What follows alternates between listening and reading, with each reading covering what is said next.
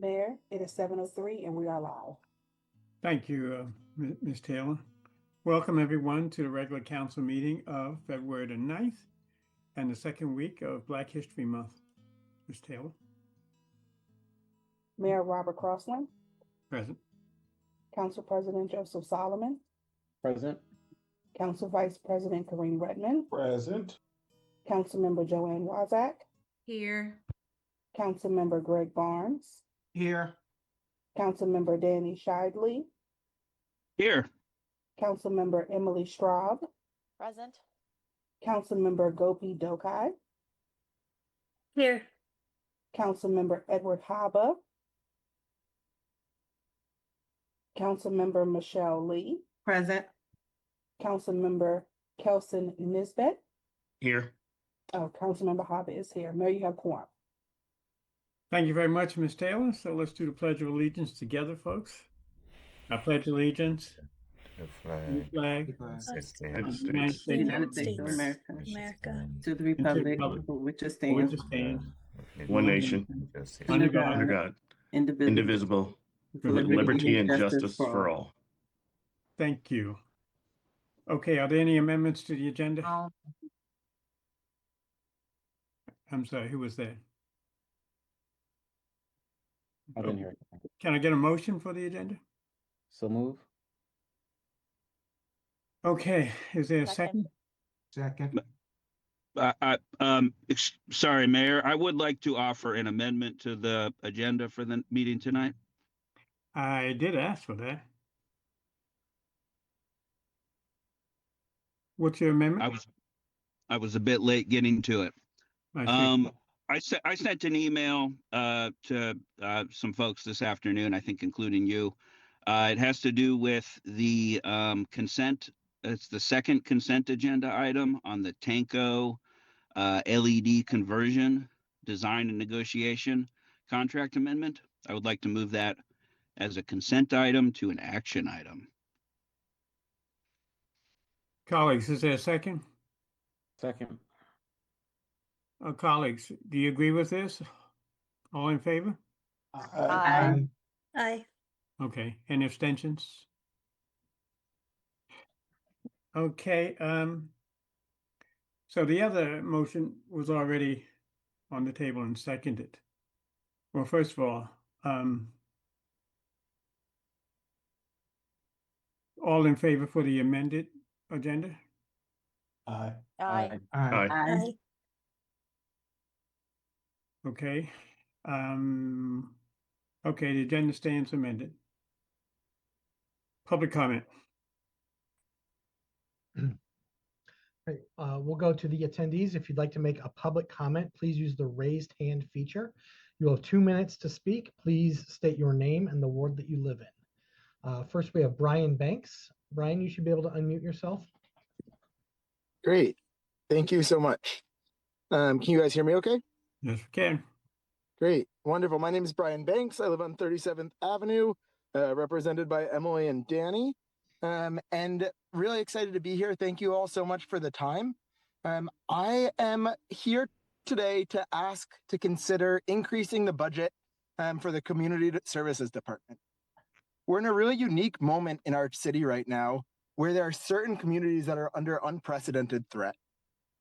We have entire communities living in fear. We have entire communities that are having really severe impacts as they lose members of their family, as they lose their breadwinners in a lot of cases. And I would like to see our city respond as fulsomely as can be done. There are a lot of limitations in terms of what the city can and can't do.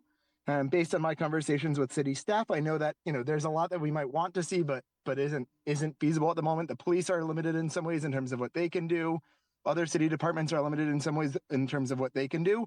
But my understanding is that the Department of Community Services is uniquely positioned to provide support, especially to our most vulnerable community members right now.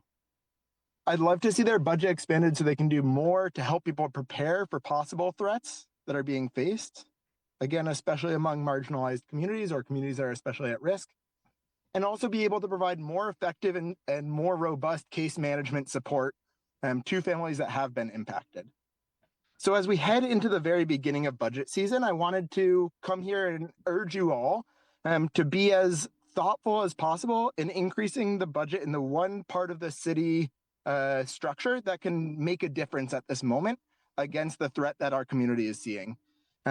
So I'll leave it there. I think I'm just about at 2 minutes, but really want to request each of you to do your best as you go through the budget process to find ways to support that community. And based on the research I've done and the engagement I've had with city staff, really encourage kind of more complete and full support, and especially a dramatically increased budget for the dramatically increased risk, and provide that support to community services. Thank you. Next, Maggie Spicer, you should be able to unmute yourself. Hello, this is Maggie. Can you hear me? Yes, we can. Hi, thank you all so much for having me. My name is Maggie Spicer. I live over on Oglethorpe Street, also represented by Emily and Danny. This is actually my first time attending one of these meetings, so I appreciate you creating the space for these types of public comment. I am following on to Brian's comments. I would also like to advocate very strongly for expanded funding for the Department of Community Services as a priority for these upcoming budget deliberations. We're relatively new to Hyattsville. I feel like so many families have lived here for decades and decades, but we only moved here 4.5 years ago. And one of the things that actually motivated us to move to Hyattsville, and something we love now that we're here, is the diverse community that we live within. And right now, our community just does not feel safe. Our children are scared, our neighbors are afraid to go to work, and I think we are all suffering as a community because of this. Having lived in DC for a long time, I can say without a doubt that moving to Hyattsville was the greatest decision for my family. And being here is a decision I would make any day of the week. But so many of the things that brought us here, I now see are under threat. And I do believe that the Department of Community Services can make a difference in the short term as well as in the long term. So I would love to see that department be empowered with enhanced funding to help some of these critical needs. So things like trainings and emergency preparedness, case management, and coordination with other functions that I've seen really trying to do their best, including schools and churches and legal aid. So I thank you again for creating the space for us as residents to raise concerns, raise our support for things like this. And I hope that you will consider as much funding and support for Department of Community Services as possible in this upcoming budget. Thank you. Next, Brendan Sloan, you should be able to unmute yourself. Perfect. Thank you, and good evening. I'm thirding a similar message to the two you just heard. It'll take less time. I'm on 39th Avenue in Ward 2, proud Hyattsville resident, and just really want to reiterate that everything that you all are doing, in addition to what you all are already doing, to find the money and the resources available to help families in these unprecedented times, who are experiencing incredible fear, can't leave their homes, can't send their kids to school, can't operate their businesses. Specifically on if resourcing the community service department is the right path, which I think it is. As much programs and resources as you can to help out those in need. Thank you. Appreciate you.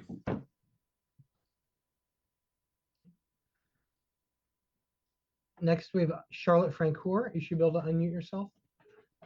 Hi, my name is Charlotte Francoeur. I live in Ward 2 on 41st Avenue. I have two unrelated comments. The first being kind of a continuation of what we just heard, of just urging the city to do everything they can to protect our immigrant community members from ICE and other discriminatory agencies.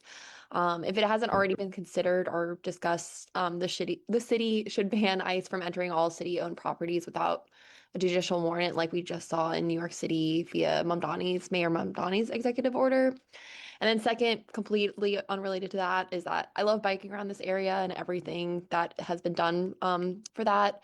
And I often use the Capitol bike share stations. I've been in contact with the PG County pedestrian and bike manager to ask about those concrete paths that are slotted for Capitol bike share stations that have been empty for months. And it seems like they ran out of money for this project, and I wanted to bring this up in case the city finds itself with funds for this sort of project. The stations would be really helpful for building out the micro mobility network in this area. And I live near Driscoll Park, so I'm especially interested in that one on Hamilton Street. And then finally, I just learned from my council member newsletter about the capital improvement project snapshot, and I want to say thanks for putting that together. And thank you for all you do. That's it. Next, we have Melissa Schweisguth. Melissa, you should be able to unmute yourself. Okay. Good evening, Mayor and Council and staff. Thanks for being here. Can you hear me? Yes, Ken. Awesome, thanks. So I wanted to speak quickly about three things. Number one, the West Hyattsville Phase 2, the riverfront apartments. I appreciate the good comments and the thoughtful analysis. I would also ask that on the landscaping, the departure from design standards for landscaping, that you please ask the planning board to consider requiring the applicant to plant trees. They're just requesting, you're just requesting planters. That's not really giving us a quality, climate impact. That trail where the stormwater ponds were used to be lined with trees on both sides, and the trees were all removed for the stormwater ponds. I don't know how many folks remember, but I just remember it was a real oasis along that part of the trail, and they were not required to replant those, and that is how we are losing our tree canopy by these small, it was a pretty small wooded area, but asking that they consider replanting some trees along that area, and doing trees instead of planters so we have higher quality. And on the strategic plan, I noticed there's no mention about safe bicycling. On page 23, there's a goal about safe pedestrian. I ask that you please incorporate bicycling in there. And then on page 17, where it talks about transit-oriented development, walkability is certainly part of that. So I think there's a way to streamline what you have on page 17 and page 23 about walkability and bikeability, particularly around transit. And finally, I really appreciate all DPW has done for the snow clearing. I see them still working and trucking away lots and lots of snow. But I do ask that when they do their sort of debrief, that they figure out ways to be more mindful of pedestrians. There was snow dumped on sidewalks initially, and then with this new clearing and clearing to the curb, in some cases, snow is being dumped back on sidewalks, and really large amounts that it's not reasonable to expect residents to remove that. So being mindful, and is there a way to not block curb ramps with these giant piles, so that we can have more walkability sooner after the storm? Thank you. Back to the attendees. If you'd like to make a comment, please use the raised hand feature. Last call. Daniel Broder, you should be able to unmute yourself. Can you all hear me? Yep, we can hear you. Hi, everyone. Dan Broder, Ward 2. I will be quick on my first two topics. Please pass ranked choice voting. Please do not cut retiree benefits. What I really want to talk about in depth tonight is the flock camera stop sign contract. And I want to urge the city council in as strong a term as I can possibly urge them to cancel this contract. And I want the city council to cancel this contract because what appears to be taking place is that these flock cameras are a direct enabler of the fascist tactics of ICE. Now, I know what some of you all might be thinking. Oh, that's kind of hyperbolic to say, isn't it? Okay, well, let me tell you all something. I don't use the term fascist lightly. I don't use the term fascist or Nazi lightly because I lost 81 members of my family in the Holocaust. 81. An entire tree gassed out of existence. So I know a Nazi and I know a fascist and I know their tactics when I see them. And they are utilizing this database illegally and illicitly to gain surveillance on anti-ICE activists and the people they are targeting, and in a lot of cases, killing summarily. You have to understand the playing field that you are fighting these people on. It is not we set the boundaries. It's they will use whatever tool they can get to take advantage of their all-consuming need to demean other people. Stop the cameras. Cancel the flocking contract. Thank you.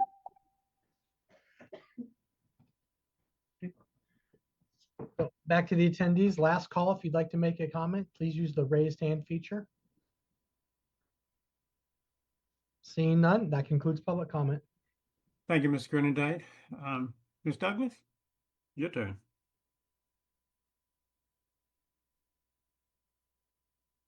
Okay, good evening, Mayor, Council, and residents. I'm going to share my slide.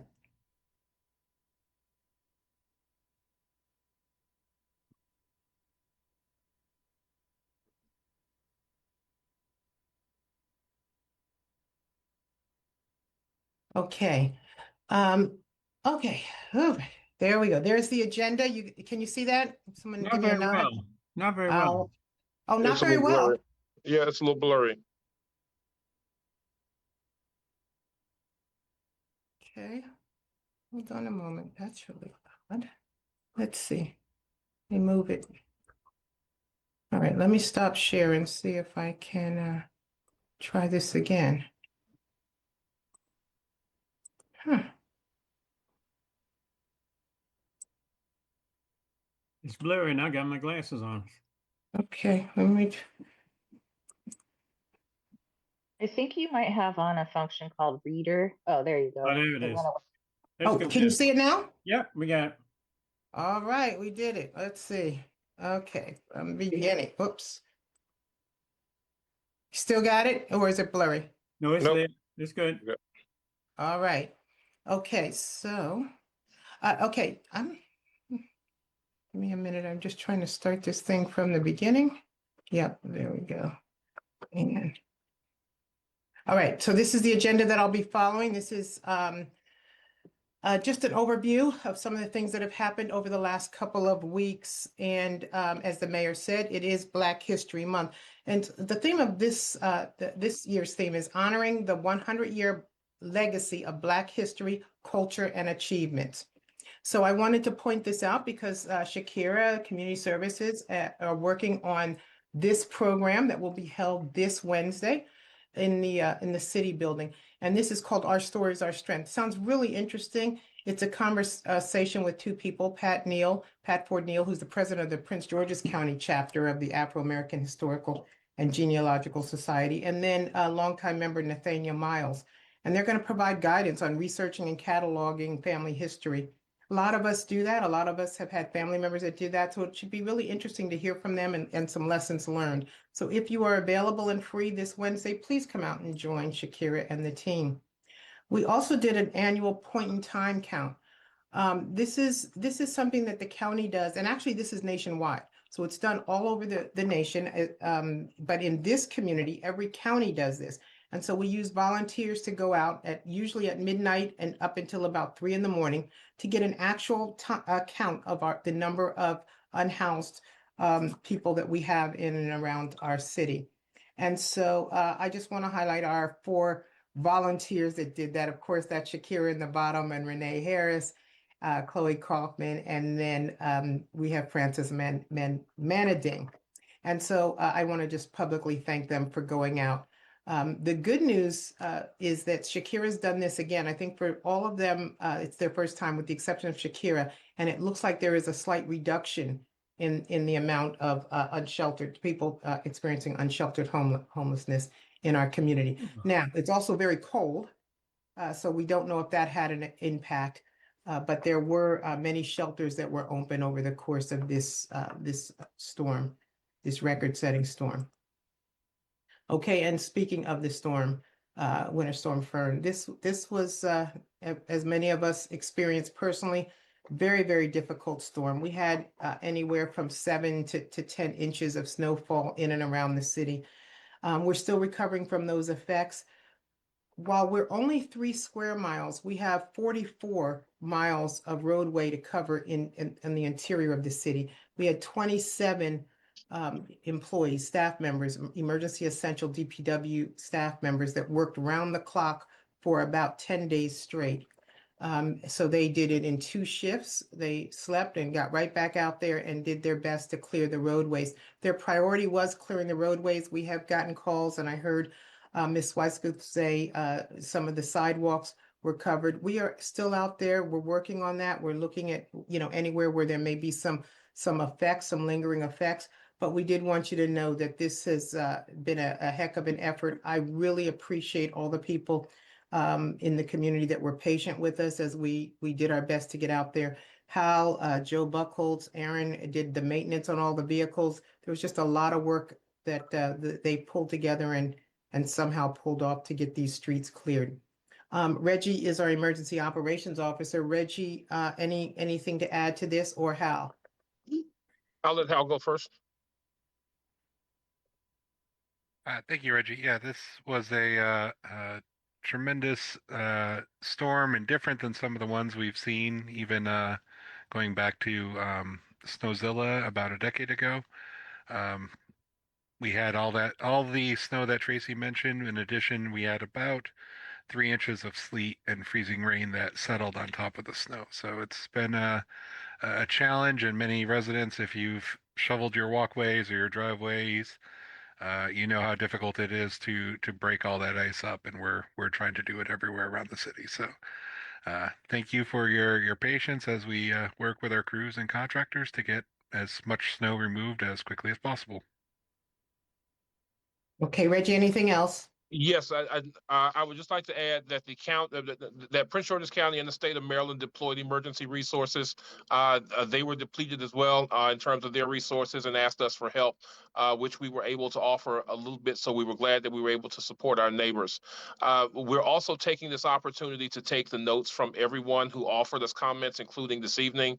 And we're going to get our senior staff together next week and actually go through a thorough after-action review process to be able to talk through some of the things that could be better.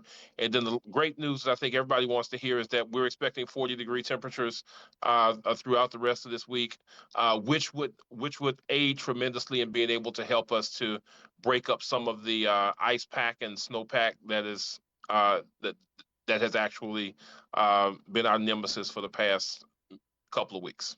Thank you. Thanks, Reggie, and I appreciate your involvement with the EOC. When he talks about some of the county roads and state roads, we recognize that while county was short-staffed and could not get to our roads, it was very important that we assisted and supported. So we did that as we were out clearing our roads, because they are still the roads that our community has to navigate, our residents have to navigate. Also did a lot of communication outreach, primarily through See-Click-Fix. We had over 300 requests for support and service, and about 200, little over 200 for just See-Click-Fix alone.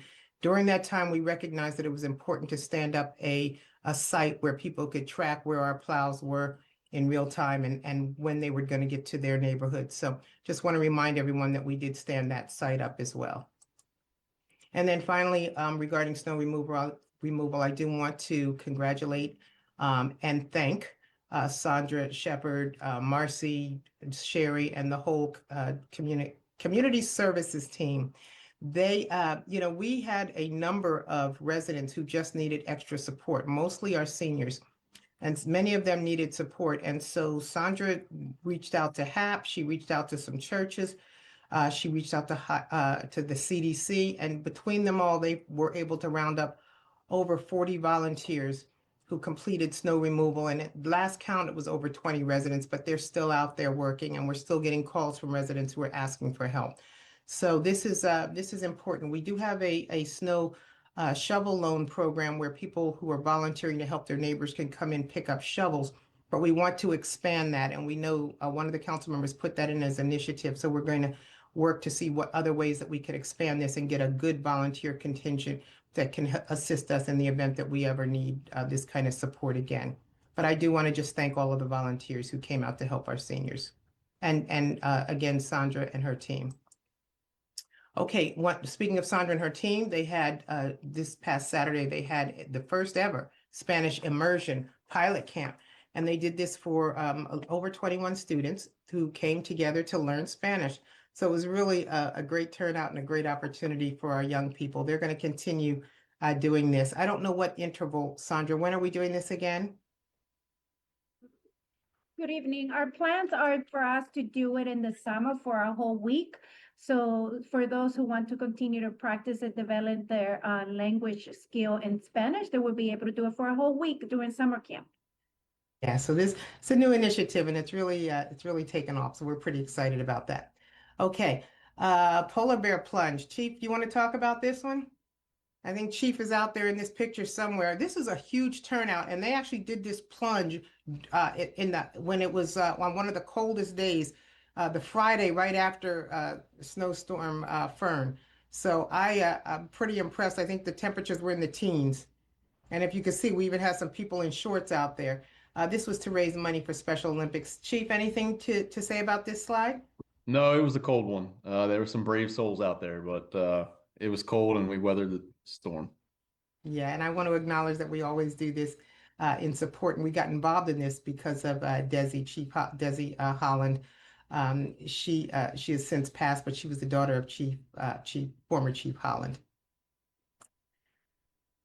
Okay, all right, we've got a couple more slides. Hal, you want to talk about the ADA improvements on alternate Route 1? This is some really good news. Yes. So we were recently made aware that the State Highway Administration is going to be upgrading some ADA ramps in the area. Specifically, we were informed as the adjacent property owners of the ramps highlighted here on Baltimore Avenue and the ramp from the alternate Route 1 bridge to Baltimore Avenue. There are others in the area, but we weren't able to get a map of those to share at this time. But the state highway contractor was planning to get out at the end of January, but obviously with the storm, that work has been delayed, and I'm sure they'll let us know when they plan to start as soon as the weather allows them to do so. All right, and then I wanted to give a quick Tenko update. We've been trying to get this on for a couple of weeks. We just wanted to remind everyone of what's been going on with Tenko. It's also in your packet this evening, and it's just been moved to action, so we'll have more opportunity to answer any questions if there are any. Go ahead, Hal. Yes, and so I tried to sum up about 3 years of work in these 2 slides, so I'll try to be quick.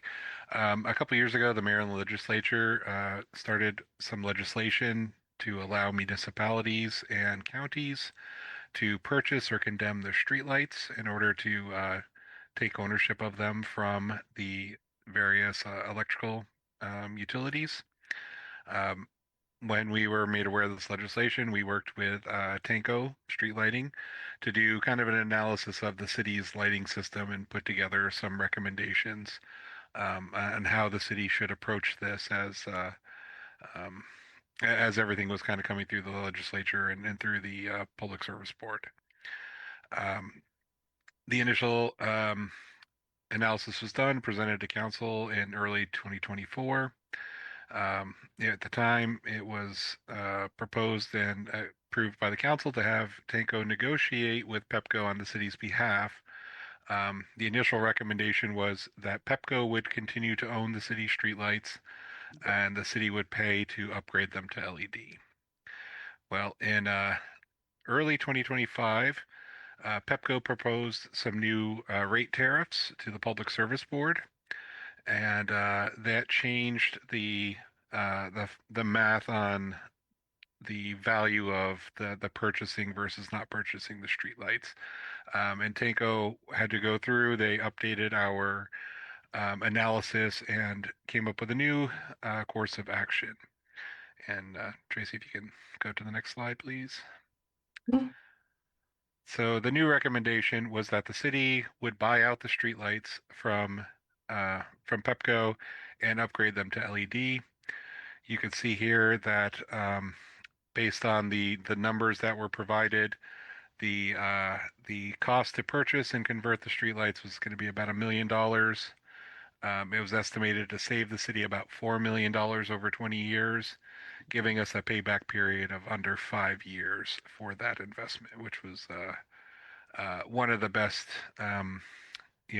savings and payback periods that Tanco had kind of ever worked on in this type of streetlight purchase program. Tanco completed the audit of our streetlights, and began the reconciliation process with Pepco in 2025, which is when it was discovered that there were some potential overpayments for streetlights, and the related costs for the upkeep of the streetlights. This was due to a number of issues, including lights that didn't exist anymore, lights that may have been attributed to the incorrect owner, and lights that were miscategorized by the type of lights.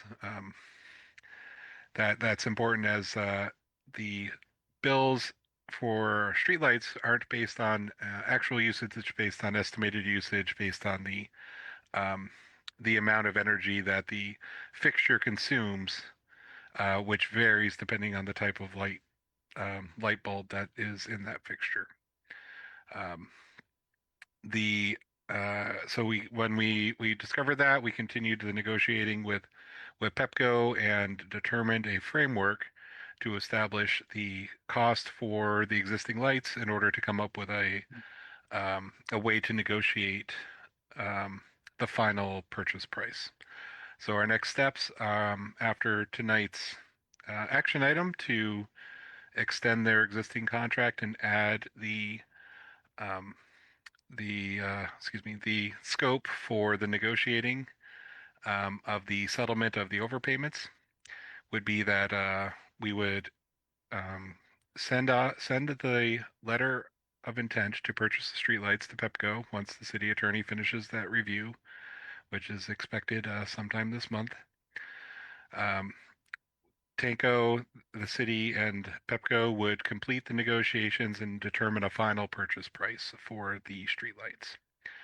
We'd bring that back to the city council, finalize the purchase.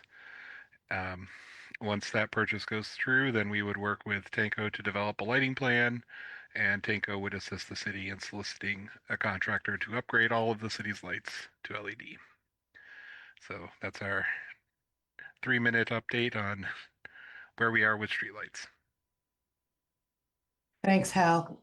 Okay, I'm going to go through some upcoming meetings, and then I'm going to let Chief address the questions about the LPR system. So just a quick snapshot. These are some of the upcoming meetings for this week as well as next week. Just a reminder, we are closed on President's Day, 16th. And then the weekly offerings, we are back to presenting our weekly classes. And some upcoming events. I'm going to highlight a few of them. The Springfield Permits meeting, that's tomorrow at 7 p.m. Business Symposium at Prince George's County Community College is also, it was Wednesday, Wednesday at 10 a.m. And let's see, I've already talked Black History Month. Blood pressure screenings is going to be this Friday from 10 to 2. And of course, we'll have another early dismissal camp. CERT meeting is the 18th, and budget work session is also the 18th in the evening. And some upcoming events. Seniors on the Go on Thursday the 19th. Narcan training is still ongoing, and we're still getting a great turnout from that. So that's on the 19th and again on the 20th. And then Care Partner Support Group and Lunch and Learn Falls Prevention Workshop. I do want to wish Councilmember Hava, Councilmember Wazak, and Councilmember Dokai a very happy February birthday. All right, I'm just going to pull up a slide for Chief. Chief, if you want to talk about our LPR system.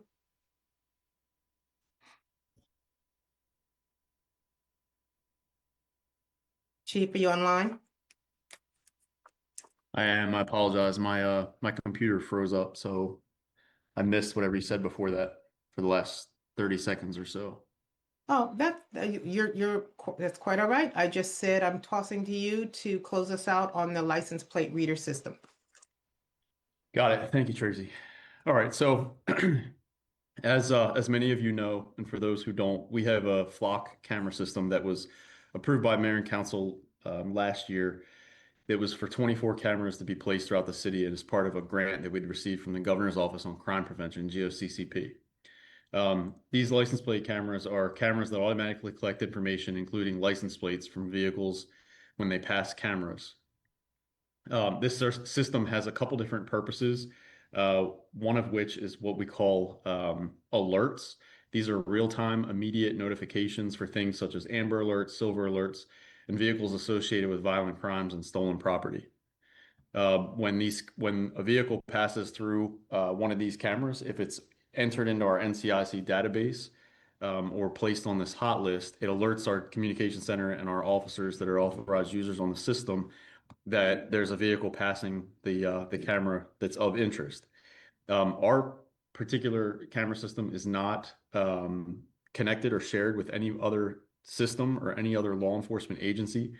One of the things that's particular about Maryland is that Maryland had passed laws back before 2010. It was about 2008 when the first legislation was passed that stipulated that license plate reader technology or license plate reader data could not be shared with any other entity, and that every single query of the system must be audited. So there's a specific form that has to be filled out in order for an officer to gain information or data from our systems, from any law enforcement agency in Maryland.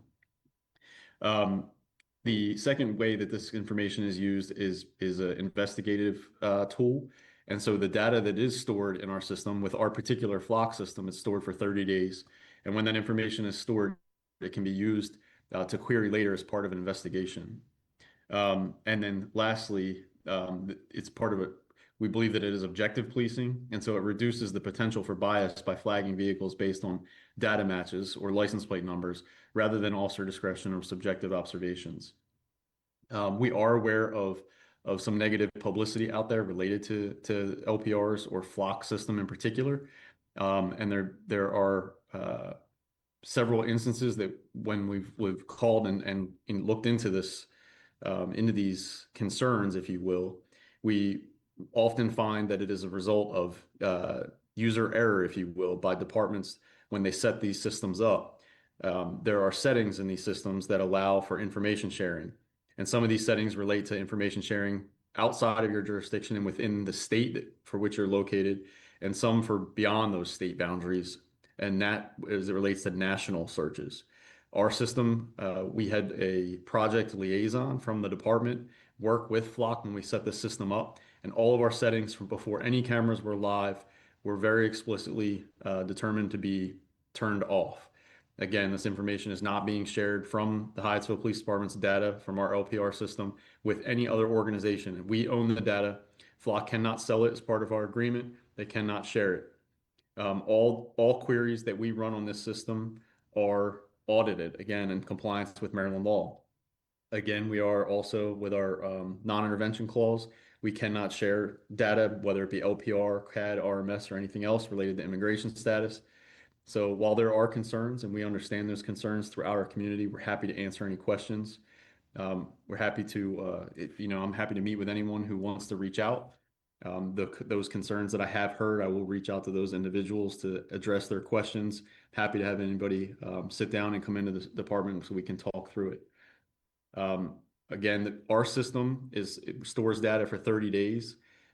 Our policy, which is accessible on our website and available to the public, does say that data can be stored up for a year, or up to a year, excuse me. And that is because MCAC stores data for 1 year if your LPRs are tied into the MCAC system. And so our policy is compliant and is accurate in stating that data can be stored for up to 1 year, but the Flock LPR system is only stored for 30 days here in Hyattsville. Tracy, I hope that helps. If there are any other questions from council, I'd be happy to answer. Well, let me just, I'm sorry. Let me ask you a question, Chief. Are you able to tell us how the system has helped us to solve crimes? Yes, thank you. Okay, absolutely. Thank you, Mayor. So the first week the system was live, we hadn't even trained any of our users. Only our administrators had been trained and had access to the system, but we were monitoring the system, and it alerted us to a critical missing person.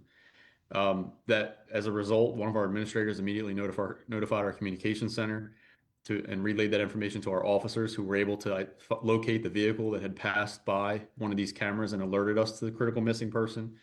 They were reported as a critical missing person from another state, We were able to confirm that it was the vehicle in question, make a traffic stop, and verify that this person was suffering from a mental health crisis, and we were able to reunite them with their family. On January 1st, I'm sure many of you are aware of a shooting that occurred off of East-West Highway where a suspect brazenly walked into an apartment building firing shots and nearly killed a woman and a very young child, newborn baby. We were able to identify that person that same day within a few hours with the assistance of our license plate reader system. Our detectives were able to obtain a warrant for attempted murder. We were able to put that warrant into our NCIC system, which then trickles down within about 12 hours to the LPR hot list that is disseminated nationwide. And within 72 hours, the suspect vehicle entered our city and was returning to the original crime scene when the LPR system recognized that vehicle to be the suspect's vehicle, which alerted our communication center, and our dispatchers were able to relay that information to our officers on the street. And they were able to locate the vehicle, intercept the vehicle, and make an arrest on the street without any further incident. So this is a technology that is extremely helpful. It would be detrimental to our community and to public safety in Hyattsville if we were to get rid of it. And I assure you that when you have technology like this that is used responsibly from the day that you obtain it, and you set it up in accordance with your community's values, your departmental policies, and your state laws, it's an asset. But it has to be used responsibly from the first day that it becomes a tool, or you begin setting it up and working with vendors to make sure that it is set up the way that it needs to be set up for your community. There are many other success stories, and Mayor, I apologize, I don't have the statistics in front of me, but I can tell you we've recovered over 12 or 14 stolen vehicles in the short time that it's been live. We've apprehended several suspects with violent warrants for violent offenses and reunited that missing person to their family. And Mayor, if I can just add that Chief, we are fortunate that Chief had the foresight when we first purchased this system to put a project officer on that to make sure that we put all the proper safeguards in place, particularly when we know that we have a community that's traumatized. We don't want to be a part of that, and we want to make sure that we do everything we can to protect our residents. So I think that was the main reason that when we set it up, check those boxes that said, you cannot release this information outside of the city of Hyattsville. So I think that's an important piece that I am not convinced that other cities have done that. Okay, thank you. Have you concluded your report, Ms. I have. Thank you. Thank you very much. Okay, colleagues, any questions or comments? Mr. Haber. Thank you, Mayor. Thank you, Mr. Nicholson, for that. And thank you, Chief. I'm going to follow up on the flood camera system. I think the news article we saw was mentioning some type of programming that's happened. So it looks like the agency was under the impression that it was locked, but for some reason, it was being unlocked to give access to other people. I wanted to know, as the Hyattsville program goes, how do we control that, and what is our policy in terms of checking whether it is enabled to be shared with other people who are using the system, or just locked down to Hyattsville? So, Councilmember Haba, thank you for your question. Our system is completely locked down to just Hyattsville, and not any Hyattsville Police Department employee can access the data and run a query. An end user like a patrol officer that works the street, they have a very low level of access. Basically, all they can receive, they can't run any queries. They only receive alerts. So if a vehicle that was stolen in a carjacking or a missing person, if something that's in the hot list drives past the camera, a notification goes out. That goes to our communication center and to any end user that's logged in that has access to that. So that would be like your officer level access. Then our dispatchers have another level of access where they can run queries. And then there's administrators. There's only 3 of us in the department that have been through the administrator training and have administrative rights to make changes to those settings. Those settings from day one before any camera went live were established, reviewed, and ensured to be in line with our policies and both our departmental policies, our non-intervention clause, and our state laws in accordance with Maryland Coordination Analysis Center policies as well.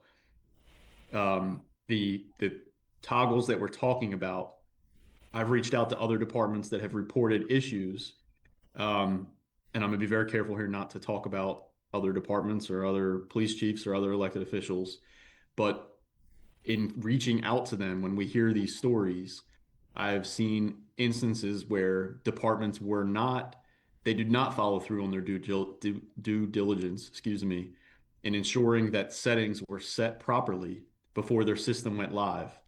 They were hands off and they let the vendor program their system.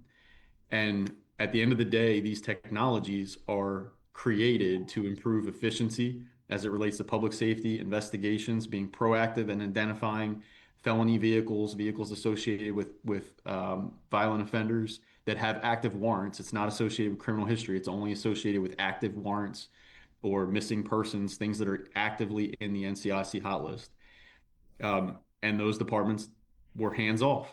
And in my opinion, a little bit reckless, and have put the rest of law enforcement that is looking into these things and using them responsibly in the position we're in. And when they find these things and they realize it a year or two down the road after the system's been live, and every single query since the time they've been live hits every single server that has its settings set to allow for those queries, you have no way of telling how many queries you've had against your data and what queries were targeted for your data and what were just national broad queries. For example, if there are 100 police departments in the nation right now that have their national search settings activated, and one of our detectives is investigating a homicide or a sexual assault, and they have a suspect's tag number and they query that tag number, it would query every LPR server on the system in the entire nation. And so those 100 police departments that have their settings turned to national search, they would all, in their records, show a query from across the nation. So imagine how many queries occur nationwide on a daily basis. And those police departments that have their settings turned on after 2 years of having that setting turned on would have thousands of queries. And then the police chief determines, let's check our system and make sure it was set up appropriately, and realize that 2 years worth of queries have hit their server.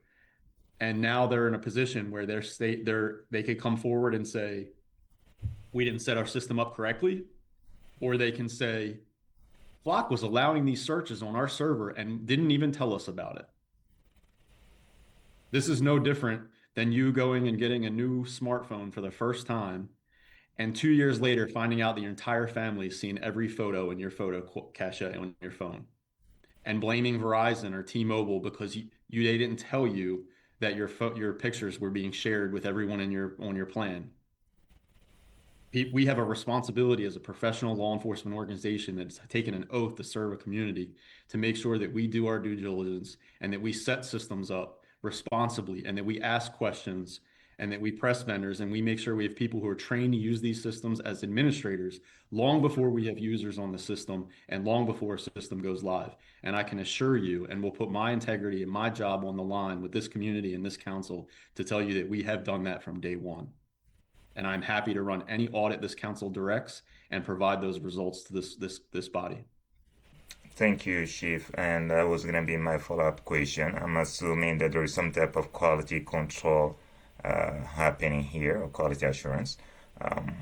If so, what is the frequency of that assurance? How often are you reviewing the log of activities to make sure that the setting is still the same as we planned, and nothing has changed in those settings?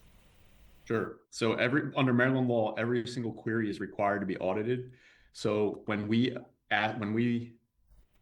in order for any query to be run on our system, only certain users that have been trained how to handle a query can do that. And in order to do that, they have to have a form. We have an electronic form that was created by our staff that has to be filled out by both our internal staff and external agencies if they want to request data. For example, if Prince George's County Police is investigating a homicide or carjacking, and they want to see if the suspect vehicle or the victim's vehicle that was taken came through our city. As part of their investigation, they're going to run that query. They're going to fill out that form. Our staff are going to receive the form, review it, verify it, cross-reference that case number to ensure that it is a legitimate request. They're going to run the query and provide the details. So that's not the audit itself, but because every single query is required to have an audit, we collect all that information and verify it up front. And then once a year, at the end of the year, we go back and verify. It's required by law that we go back once a year and review every single one of those queries to ensure that it was legitimate. So, Chief, I wasn't talking about the queries. I'm talking about the setting, the actual setting. Do you check the log that the setting has stayed the same as planned from the beginning? Or like, do we have a frequency to make sure that we're checking that and ensuring that that setting has not been changed? Because it sounded like that was kind of like the issue in the article. Got it. Absolutely. So that's part of the annual audit as a result of Maryland law requiring that we not share that information.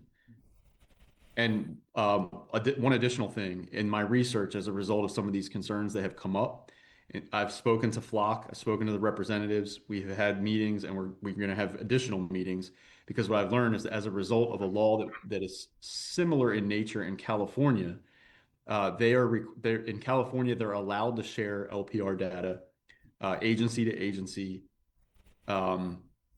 within California, within the state, but they are not allowed, and no law enforcement agency in California is allowed to share information outside of the state of California, regardless of whether it's another state, another local jurisdiction in another state, or a federal agency. As a result of that, Flock took these steps in March. They learned this in March of 2025, and they did a system. They put system rules in place that eliminated the national search option. So even if a agency administrator in California wants to activate that national search option, it's no longer an option. And so I asked them, I said, it's the same thing in Maryland. We're not allowed to share information. If we're going to share information, it has to be through a specific request. So why don't you deactivate that option and put system rules in place in Maryland so that there can't be an accident and an agency can't overlook that in their setup process? Because my concern is not just for Hyattsville. My concern is for protecting data across our profession, across our region and our state and beyond.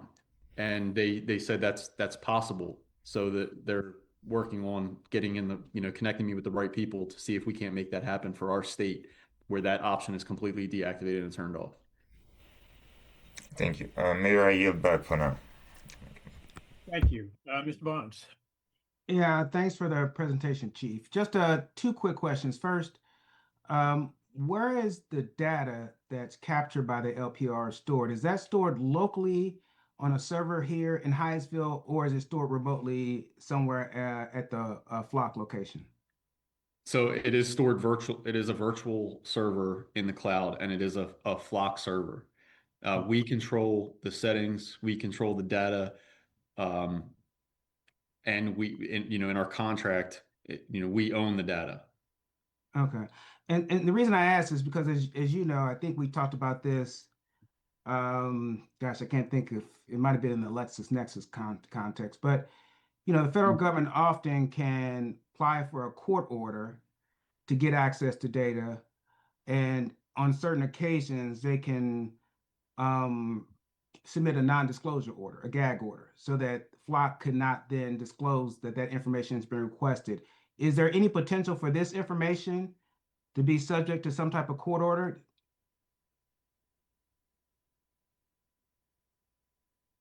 So if it's criminal in nature, then absolutely there's nothing that anyone could do to stop that for a court order. But again, it would have to be criminal in nature for someone to try to do that.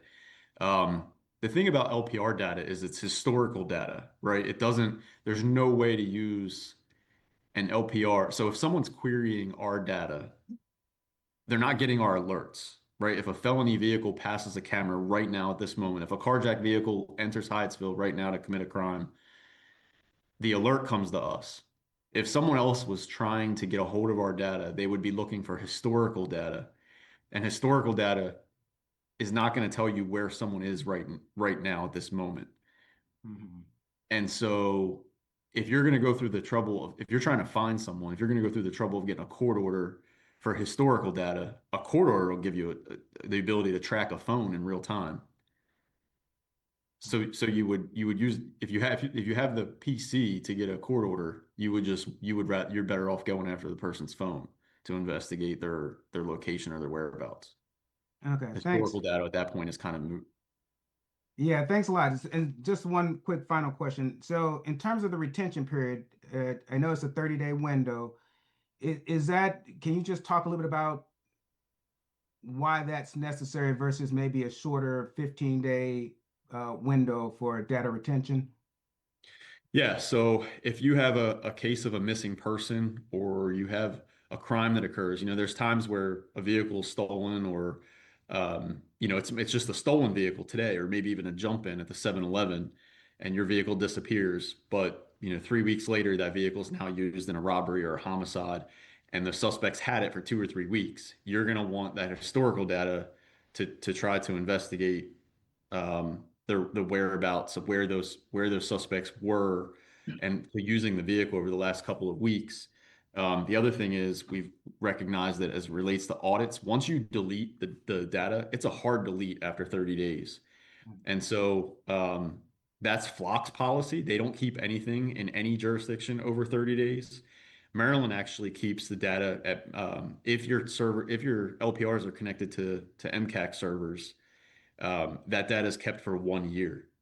But one of the things we've run into just recently is from 2025. Now we have not had LPRs for the entire year, but as a result of the data being deleted every 30 days, when we went to run our audits for 2025, because the data was gone, anything over 30 days was gone. It was no way for us to tell how many. One of the audit questions from the state is how many reads did you have, right? How many tag reads did you have, which is different than how many queries did you have. We couldn't tell them because the data deleted after 30 days.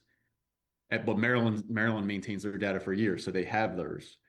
And so keeping the data is not just about the investigative piece of it, it's also about the audits that go along with it.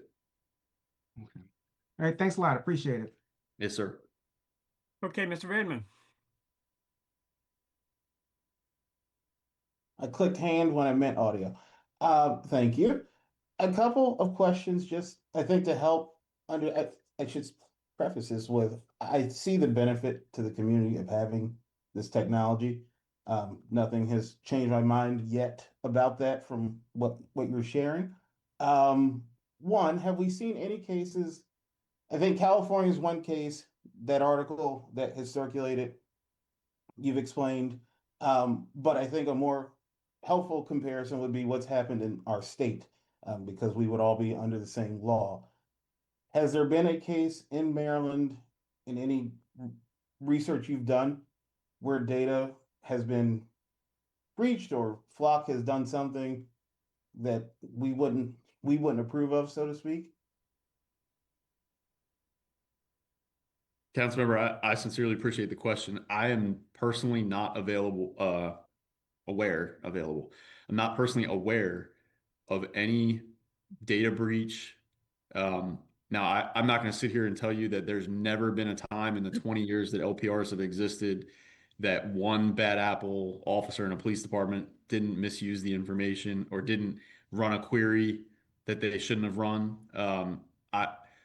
If I was a betting man, I'd probably guarantee that one time, that if you went and contacted MCAC, because they're the ones who have maintained this data up until the legislation changed last year, allowing agencies to have their own data. I'm not aware of any at all, not in Maryland. And the stories that we're seeing, again, I reach out, and everything I'm aware of at this point is user error as it relates to organizations setting this stuff up and not being hands-on, not managing it appropriately from the beginning. That tracks with what research I've managed to get in today since we started talking about this. But the second question is, we're governed by an awful lot of policies, laws, which I think is a good thing and should build or elicit some trust from the community about how we're treating data of this nature. Could a private entity buy this same technology? And if so, what would compel them to treat data differently or is with the same level of care? It's interesting you say that.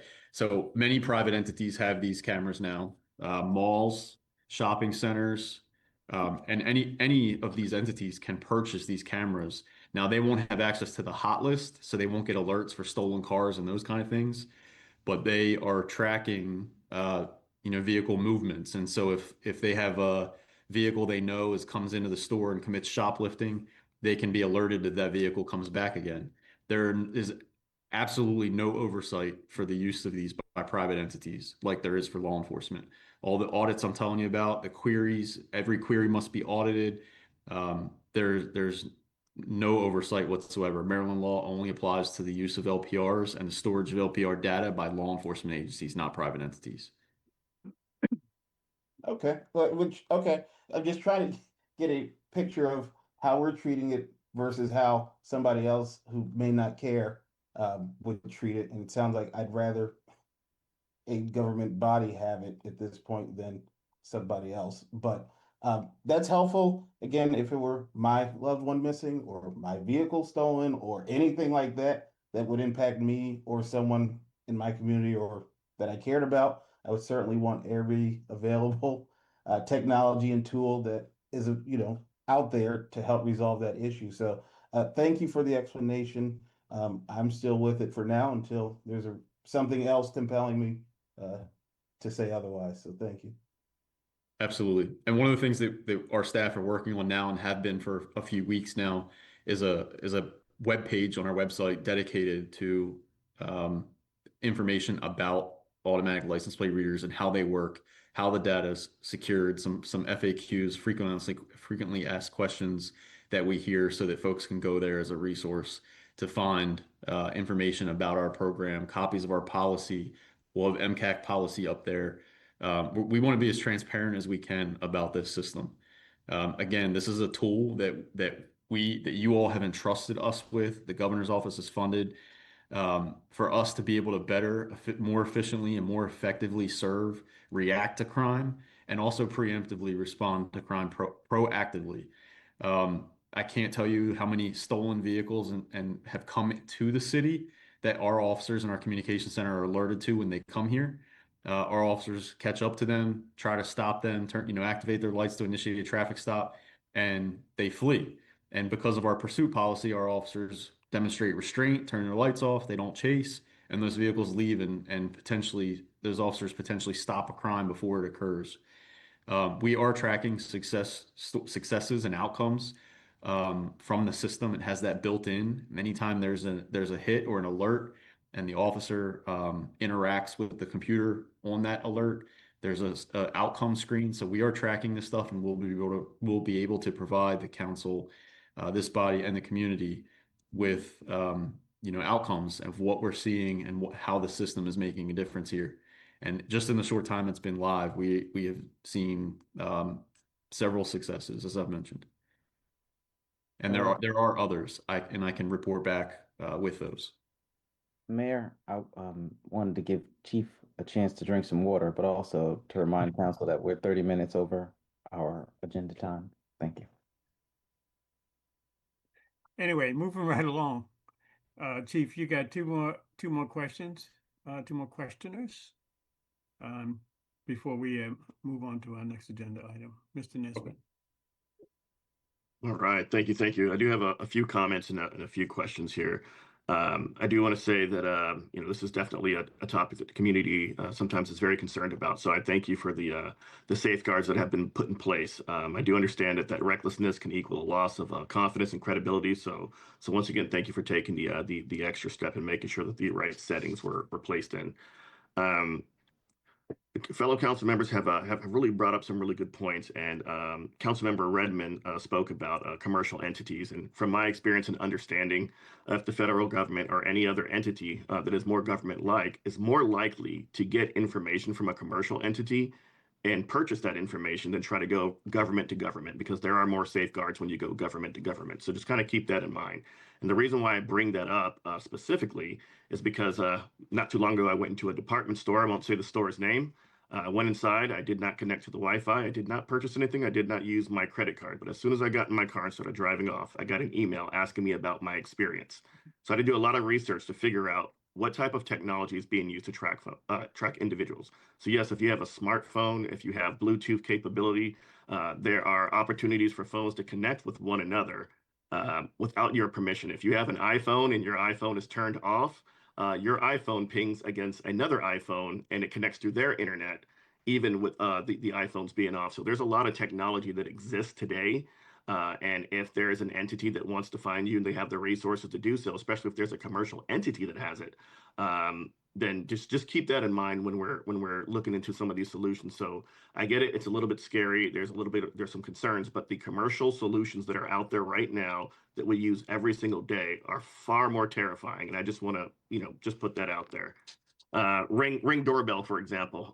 I saw the Super Bowl commercial, and they put the artificial intelligence technology in, where all the Ring cameras can connect together and look for, I guess, a lost dog is the case. So there are other solutions that are out there that can bypass any type of council discussion. So as we continue to modernize, just keep that in mind.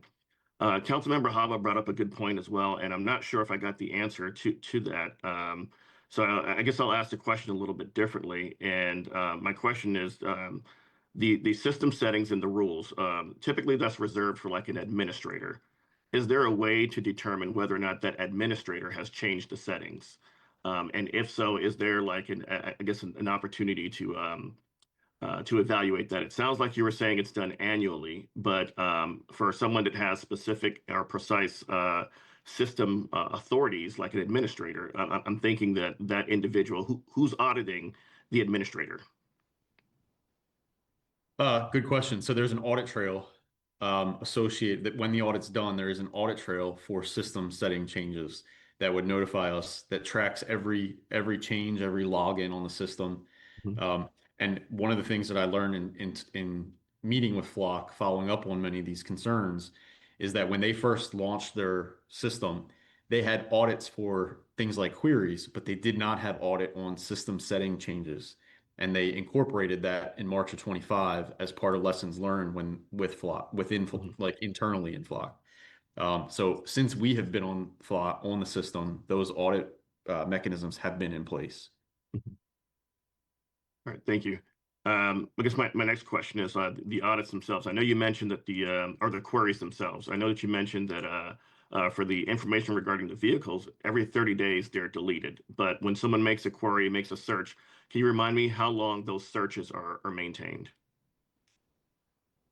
So I'm not sure I understand your question. If someone runs a query and they get a return, how long is the return maintained? The fact that an entity or an officer had queried a specific query, is that query captured? I guess if I was to equate it, it'd be more like your Google searches. Gotcha. So that's maintained and would be there for the yearly audit. The yearly audit. Okay. Yeah. And then after that yearly audit, then it's deleted. Is that also the case? The user logs, no, they're maintained. I can't remember off the top of my head. Let me get you an answer. I don't want to guess. I think it's 3 years, but I will verify that and find out. Awesome. Thank you. Yep, I'll and I send guess mayor and council an email tomorrow. no problem. And I guess my last question here is for the training. I know you mentioned some sort of training, and I was reading a couple of articles about Flock as well. There were some officers that were not only I guess going against the rules and providing information, but had some very biased, is I guess a nice way to put it, searches that were very discriminatory. Did the training or any type of training provided by Flock, or maybe our internal training, are we protecting against, or are we training our officers not to do these bias searches? Or is that part of the audit trail where someone's like, hey, dude, you can't search for that. This needs to be a little bit more objective. I'm not sure what you mean by that. Okay. I guess is there a way, like in the training, does the training prevent or teach the officers not to look for biased searches? In other words, rather than looking for a vehicle, which is very objective, looking for people or discriminatory searches and so forth. Does the training kind of prevent against those type of biases? So you can't search people or demographics of people. You can only search tag numbers and vehicle demographics, such as make and model. Perfect. Thank you. Yes, sir. Okay, I want to apologize to everyone and to the folks at home. This conversation has taken a long time, but I just believe that it was very important for everyone to get their questions answered, particularly for those folks at home. And then we'll move on as quickly as possible. Ms. Wozak, I hope you can be as brief as possible, please.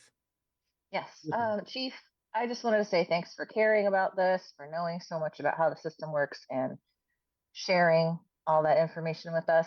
I wanted to ask if you could please find out whether Flock is requiring multi-factor authentication of users. And I was asking that because, like Kareem, I did some research today and I saw some coverage that said officers' Flock usernames and passwords had been stolen and shared or sold and then abused by people who wanted to gain access to the law enforcement only area of Flock. And I just wanted to ask if you could please figure out if they are, using the cybersecurity best practice of requiring multi-factor authentication. I can answer that question right now. They do. When you log in with your username and password, you get a text message to your phone that you used to set up your original account. You get that code and then you can log in. Okay, thank you very much. Yes, ma'am. Okay, Ms. Wozak, I think you had the last question for him before we moved on. But I see Mr. Hubbard. Somebody put up his hand. It's gonna be brief. Chief, I know you said that the system setting is audited annually. Is there a way for us to do that a little bit more frequently than waiting a whole year? Because my fear is if you have some ill-intended intention person, they can go there and do that. And if we only do it once a year, by the time we catch that, damage will be done. So is there a way to conduct that system setting, to review the system setting on a more frequent basis rather than waiting for a whole year? So that's... Absolutely. I will go ahead, Mayor, if I may. Yes, go ahead. I will update our policy to reflect that be done quarterly.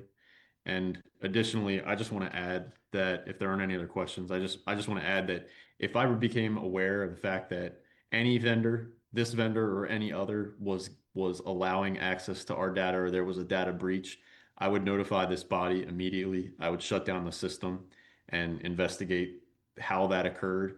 And if I found that there was intent, that it was not a accidental breach, I would absolutely cancel the contract immediately. Not to say that I wouldn't cancel it if it was accidental, but I'm just saying if it was not accidental, this body would be notified.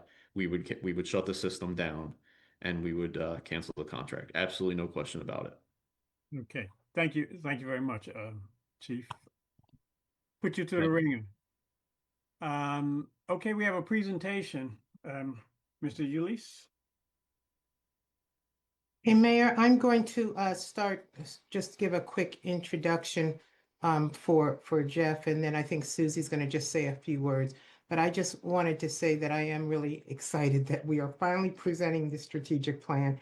Most of you remember that it used to be a sustainability plan. Some of the newer people on council are not aware of that, but it was a sustainability plan, and it started getting a little bit misunderstood and aligned primarily with environmental sustainability. So we changed the name to the strategic plan to better reflect the purpose and address a wide range of social, economic, cultural priorities that really talk to our values, speak to our long-term viability and livability. So I do want to just acknowledge this great team because this has been a long time coming of Jeff Ulysse, the director, and Chloe Kaufman, who is the city planner, Danny Mears, who's assistant planner, and then our strategic advisor, Susie Ludlow, who's been working with them. And they have really made getting this plan to you a priority, and getting it to the community just as importantly, and making sure that they are capturing all of the community feedback. And they did this through, lots of effort and stakeholder meetings and surveys. So I think we're ready to go. I thank the community. I also want to thank you, Mayor and Council, because you all did provide feedback and comments over the last few weeks that helped us get this to where we think it is ready. And so this is the final draft. There may be some slight tweaks, but we think we're ready. And we'll use this as a document to help prioritize our budget, identify what your priorities are in terms of the budget, and we will also do our best to make sure we have a dashboard set up so that we can monitor status to make sure that we're implementing the plan as presented and as approved. So I just wanted to say that, and then I'm going to just turn it over to Susie in case she has any remarks. But once again, we've just had this tremendous team that you're going to hear from tonight that have been really working hard on this plan. Thank you, Tracy. Yes, I've had a great pleasure working with Jeff, Chloe, and Danny on taking work that had been done over several years and synthesizing the expertise and vision of the community and of the council members into what I think it's actually a really nice document. I've seen a lot of strategic plans. This one actually seems usable and easy to read. In a city government like Hyattsville, the most important responsibility of the mayor and council is to set the city's policy and goals and objectives. Once these are established, then the city administrator proposes a budget and an implementation plan based on best practices, staff availability, cost. A budget is then adopted. The city administrator oversees the staff to implement the goals over time. And in addition to the work that the staff does, there's much of this work is done in partnership with other agencies and with nonprofit organizations, often funded by grants. So we have an entire document that helps us give direction to staff on where to work. And also it's a wonderful document when we're applying for grants because it shows that the community is behind these things. So this plan covers a period of 5 years, 2026 to 2031. It has an implementation plan. More specific work tasks will be presented as part of the budget. And I think, one of the real essential points about government transparency is to show a budget that's tied to a strategic plan. I think this is an excellent plan that represents what the community and the council want to see in Hyattsville. So I'm excited for you to review it. It's a draft plan, so there may be some tweaks as it goes before you. But I'm thrilled to be able to work with the excellent professionals in Jeff's group to put this before you. And so, Jeff, I think it's your turn. Thank you, Susie. Thank you, Tracy. And good evening to council, mayor and council, and the community. And as everyone has eloquently stated already, this is your proposed strategic plan.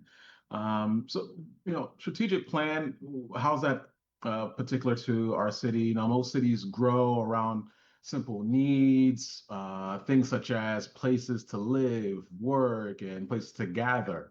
Also, systems that kind of worked well for the time, but over the years, our community essentially has continued to evolve.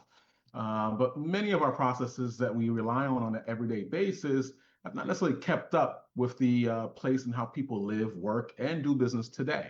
So the strategic plan from a theme standpoint is about closing that specific gap.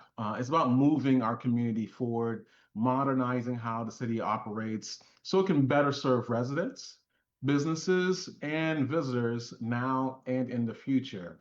That means, for the most part, clearer processes, smarter tools, and a city government that is more responsive, efficient, and aligned with the needs of a growing and dynamic community. So at its core, this plan is not just about change, it's also about progress with some level of purpose.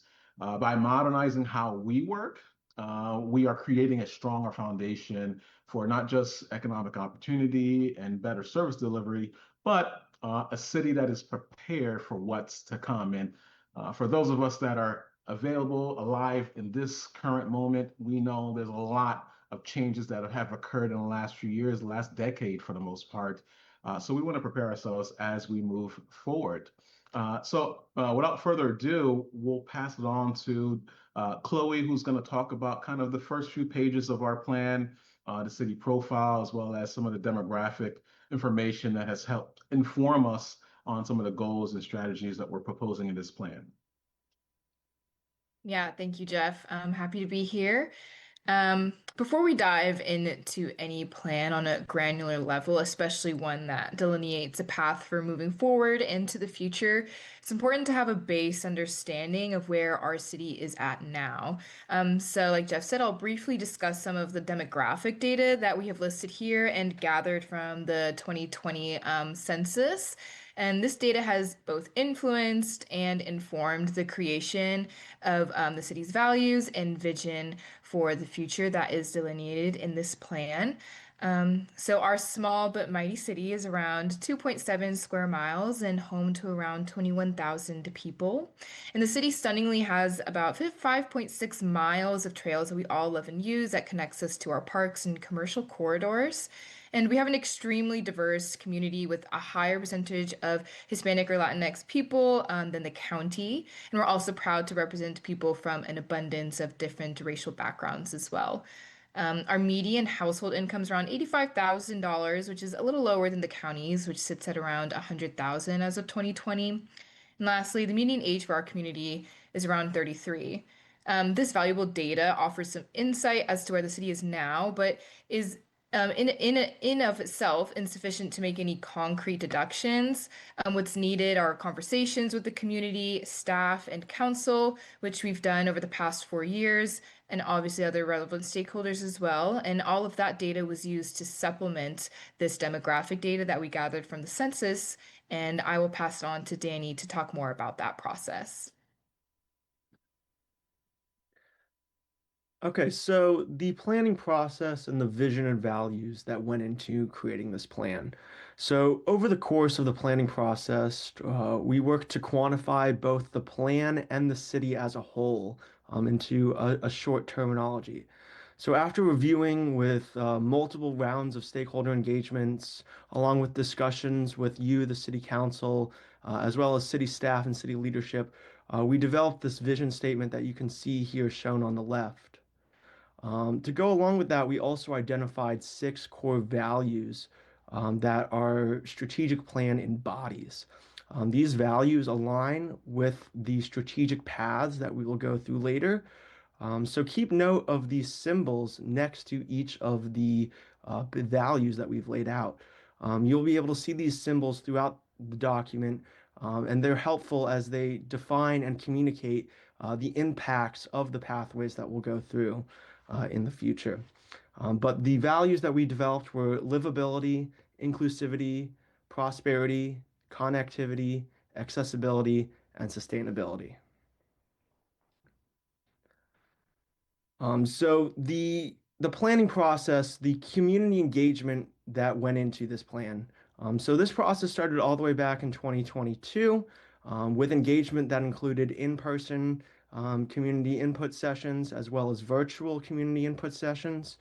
There was an online survey as well as 60 stakeholder interviews that generated more than 50 hours of recorded interviews that we had gone through and combed out the results for. So with that reached over 300 different inputs that contributed to this plan. And you can see sort of an overview of the results of what the inputs went in there. These inputs shape both the structure and the content of the plan. And then the word cloud on the right of the screen highlights the key themes that emerged from this stakeholder engagement. Okay, so the structure of the plan. So the plan is organized using a sort of 3-tiered structure with paths being the largest. So the paths comes first and they set the broader themes that organize the plans. Underneath the paths are goals. These goals define the outcomes that the city aims to achieve with this strategic plan. And then beneath each of those goals are sub-strategies that follow and outline specific steps that the city will take to achieve those goals. So you'll see on the right of the screen, you'll see the 7 strategic paths that we have laid out that we will go through now. So I'll kick it back over to Chloe to go over the first one.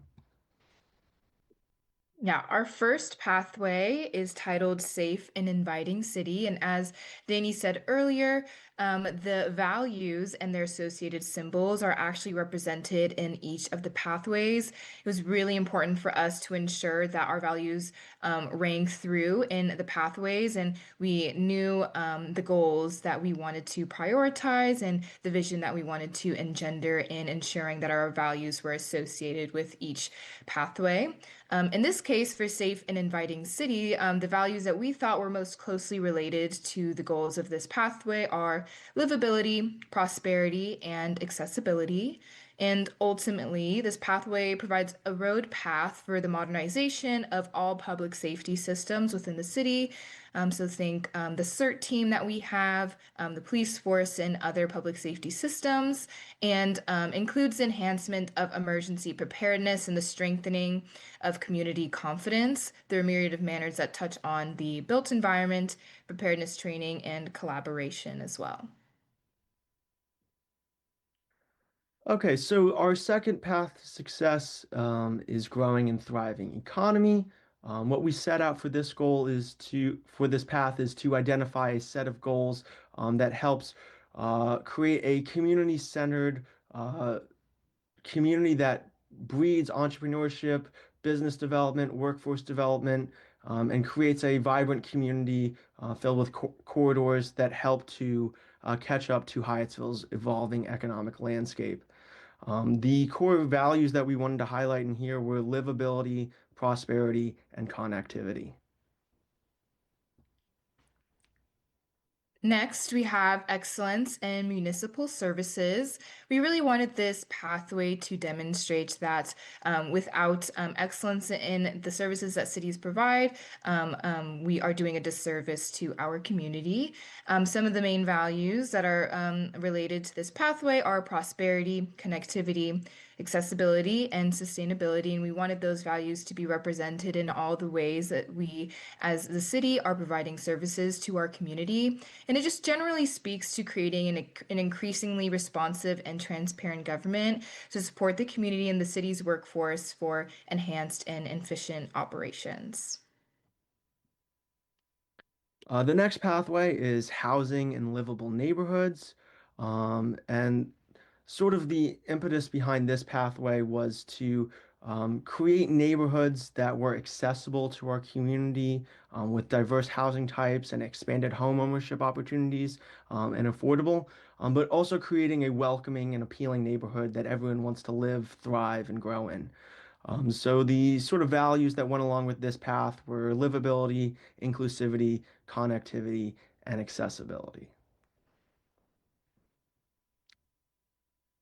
Next, we have dependable infrastructure. Us, along with the community and staff, identified that in order to feel safe in a specific place or within the city in Hyattsville generally, it's important that our infrastructure acts as the base for people to utilize and feel great in their community. In its entirety, it aims to improve public facilities, improve transit networks, and also provides a roadmap for proactive solutions to meet any issues that arise and to meet current and future community needs. Its values that are associated with it are livability, connectivity, accessibility, and finally, sustainability. The next path is sustainable natural environment. This kind of goes back to one of the core values from our old sustainability plans of sustainability. And this really goes along the ideas of protecting environmental resources that the city has, encouraging sustainability across all aspects of the community, businesses, households, city operations, and really creating a city that can withstand long-term environmental changes and support health and resilience. This goes along the lines of livability, inclusivity, and of course, sustainability. And lastly, we have community character. This pathway speaks to livability, inclusivity, connectivity, and accessibility. Generally, we want to prioritize civic engagement and to ensure that the community is represented in the government, and we want to ensure that partnerships can be built both within the city workforce and within our community members as well.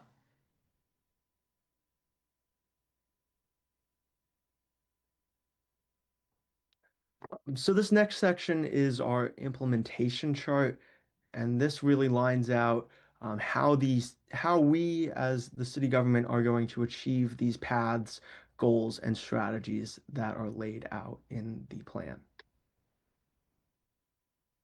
And just before we get into the chart as well, we have a list of abbreviations. So as you'll see in the implementation chart, we have a section for partnerships that is associated with some of the goals. And these abbreviations are just listing the partnerships, the potential partnerships that we will make as we go through and start meeting all of our goals.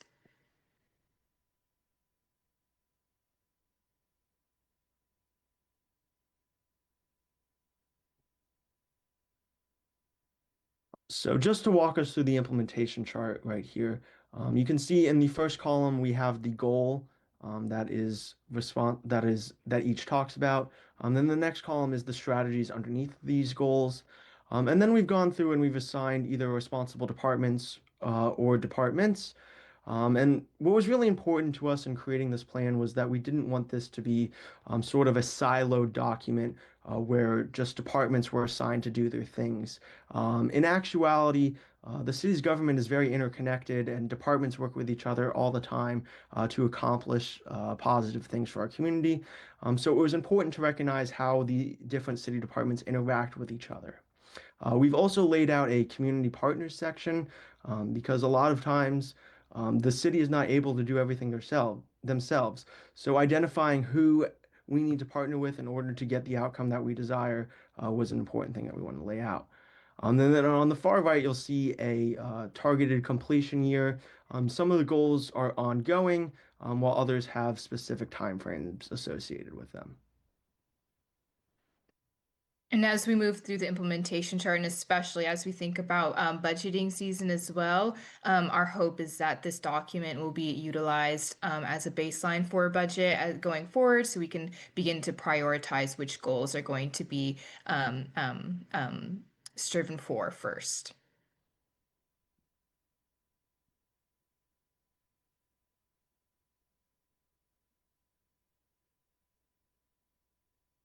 And this is our lovely organization chart.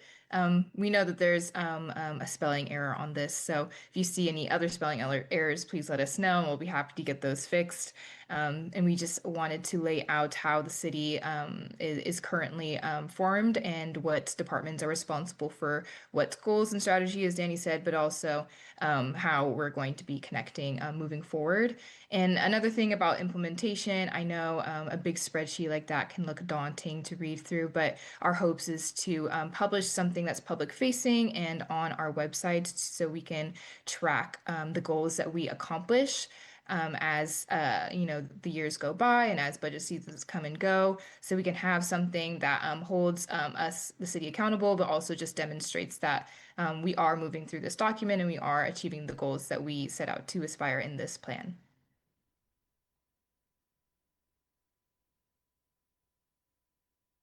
All right, so I believe that is our plan before you. Tonight, our goal is to, or essentially our goal was to present the plan to the general public. Next steps is to bring this back before the council takes an action. to adopt this plan.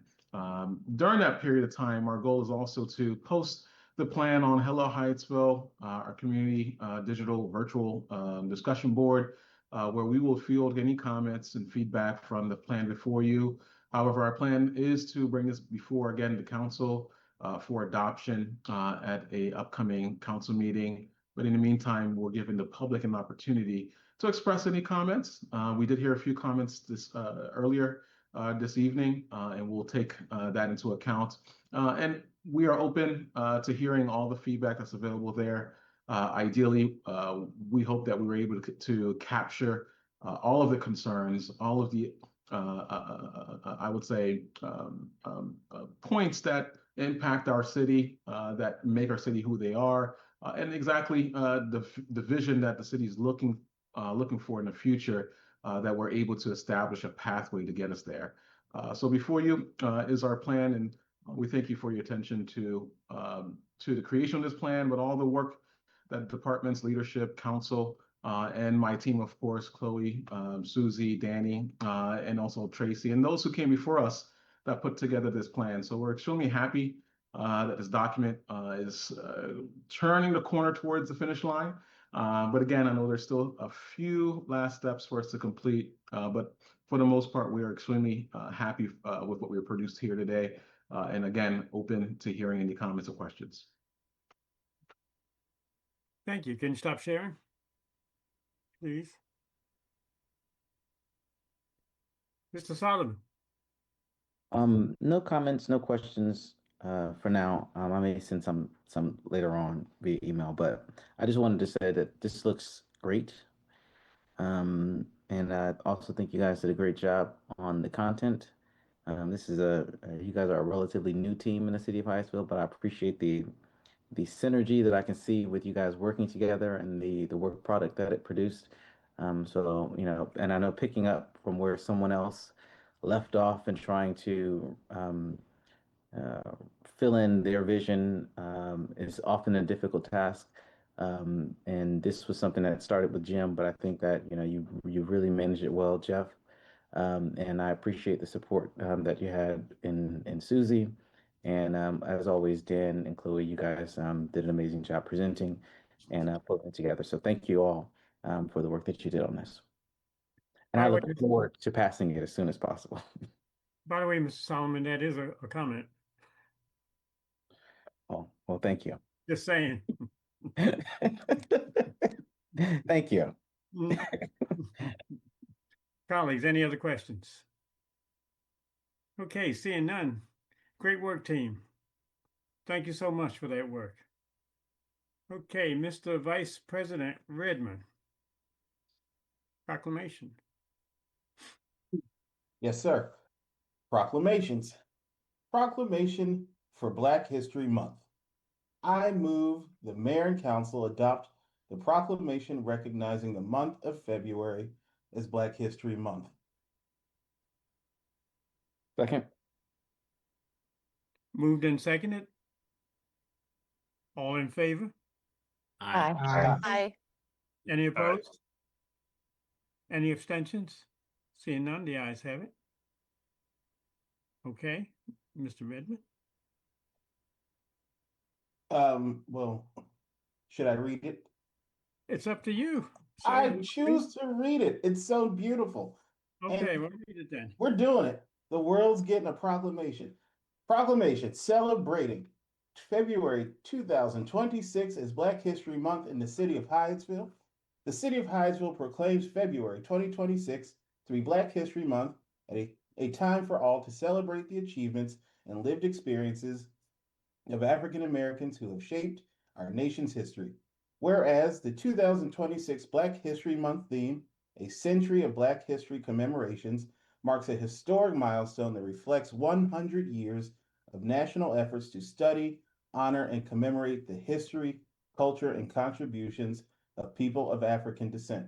And whereas this centennial celebration honors the enduring vision of Dr. Carter G. Woodson and the founders of the Association for the Study of African American Life and History, who in 1926 laid the foundation for what began as Negro History Week and later evolved into Black History Month.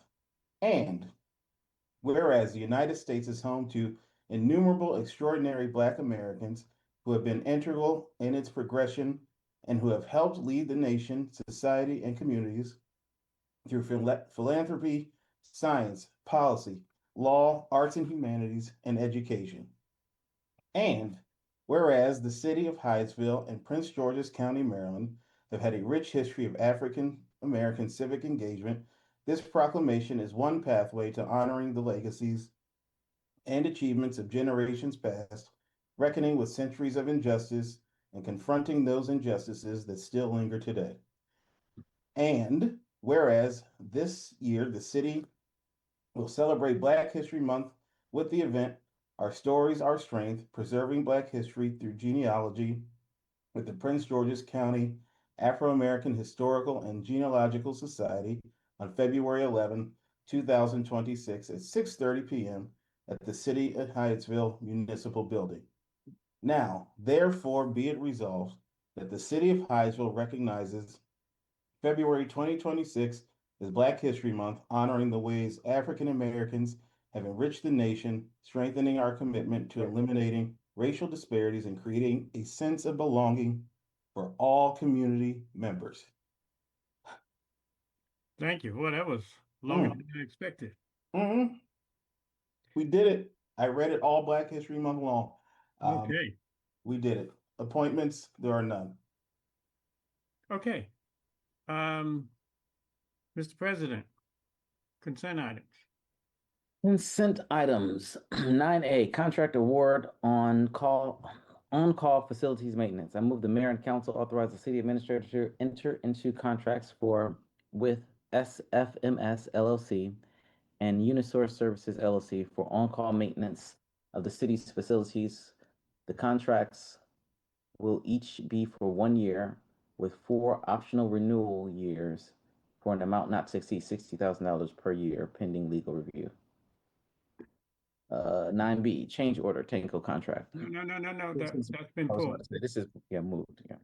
Yeah. 9C, change order for lower Ward 1 resiliency projects, Tool, Pinoni, Ledic, SMC. I move the mayor and council authorize the city administrator to execute a change order to the Tool and Pinoni on-call transportation design and engineering contracts and to the SMC and Low Impact Design Center on-call environmental and stormwater design and engineering contracts to extend the contracts' expiration dates to December 31st, 2026.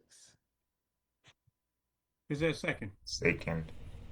Moved and seconded. All in favor? Aye. Aye. Any opposed?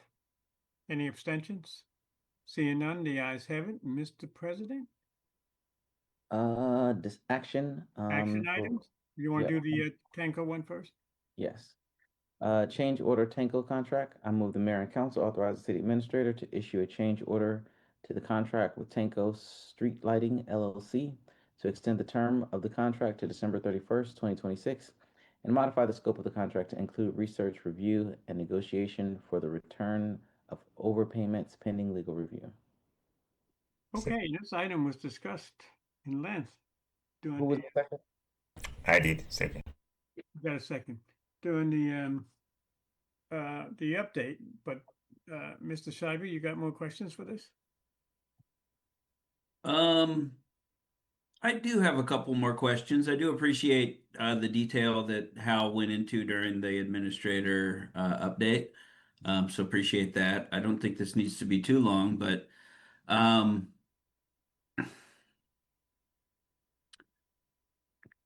one of my questions is, I'd say, more general than specific to this. But the reason this is back before us is because we need to modify the contract. And one of the questions that I emailed earlier is asking for an extension. Is just I don't understand all of the procurement regulations that the city follows well enough, but my understanding is the original contract for this would have expired at the end of 2025. And what the city administration is seeking from the council is concurrence that we will extend that through the calendar year 2026. And want to understand, was there a lapse in the appropriation? Are we trying to catch up now to a contract that has lapsed, or is there capacity to extend it for a short period of time, but within a certain window, the council has to come back and extend the contract? If someone from contracting, perhaps Ron, if he's on, or Hal, if he knows, could just sort of address, I guess that's the most basic question as to why this was on the agenda tonight. Mr. Metzler? Sure.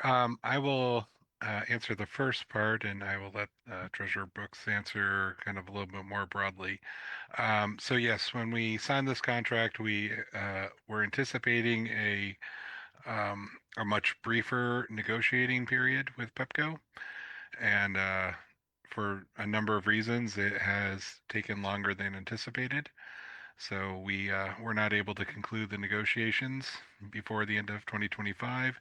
So while we have already approved funding in a open purchase order for the work, the contract does have an end date of December 31st, 2025. So we're looking to extend the end date to meet the anticipated additional time required to complete this negotiation with Pepco. The other part of it is adding an additional item to the scope of the contract, and that is for the overpayment negotiations. Through our auditing of the streetlights, we discovered that there were a number of streetlights that were misappropriated for a number of reasons.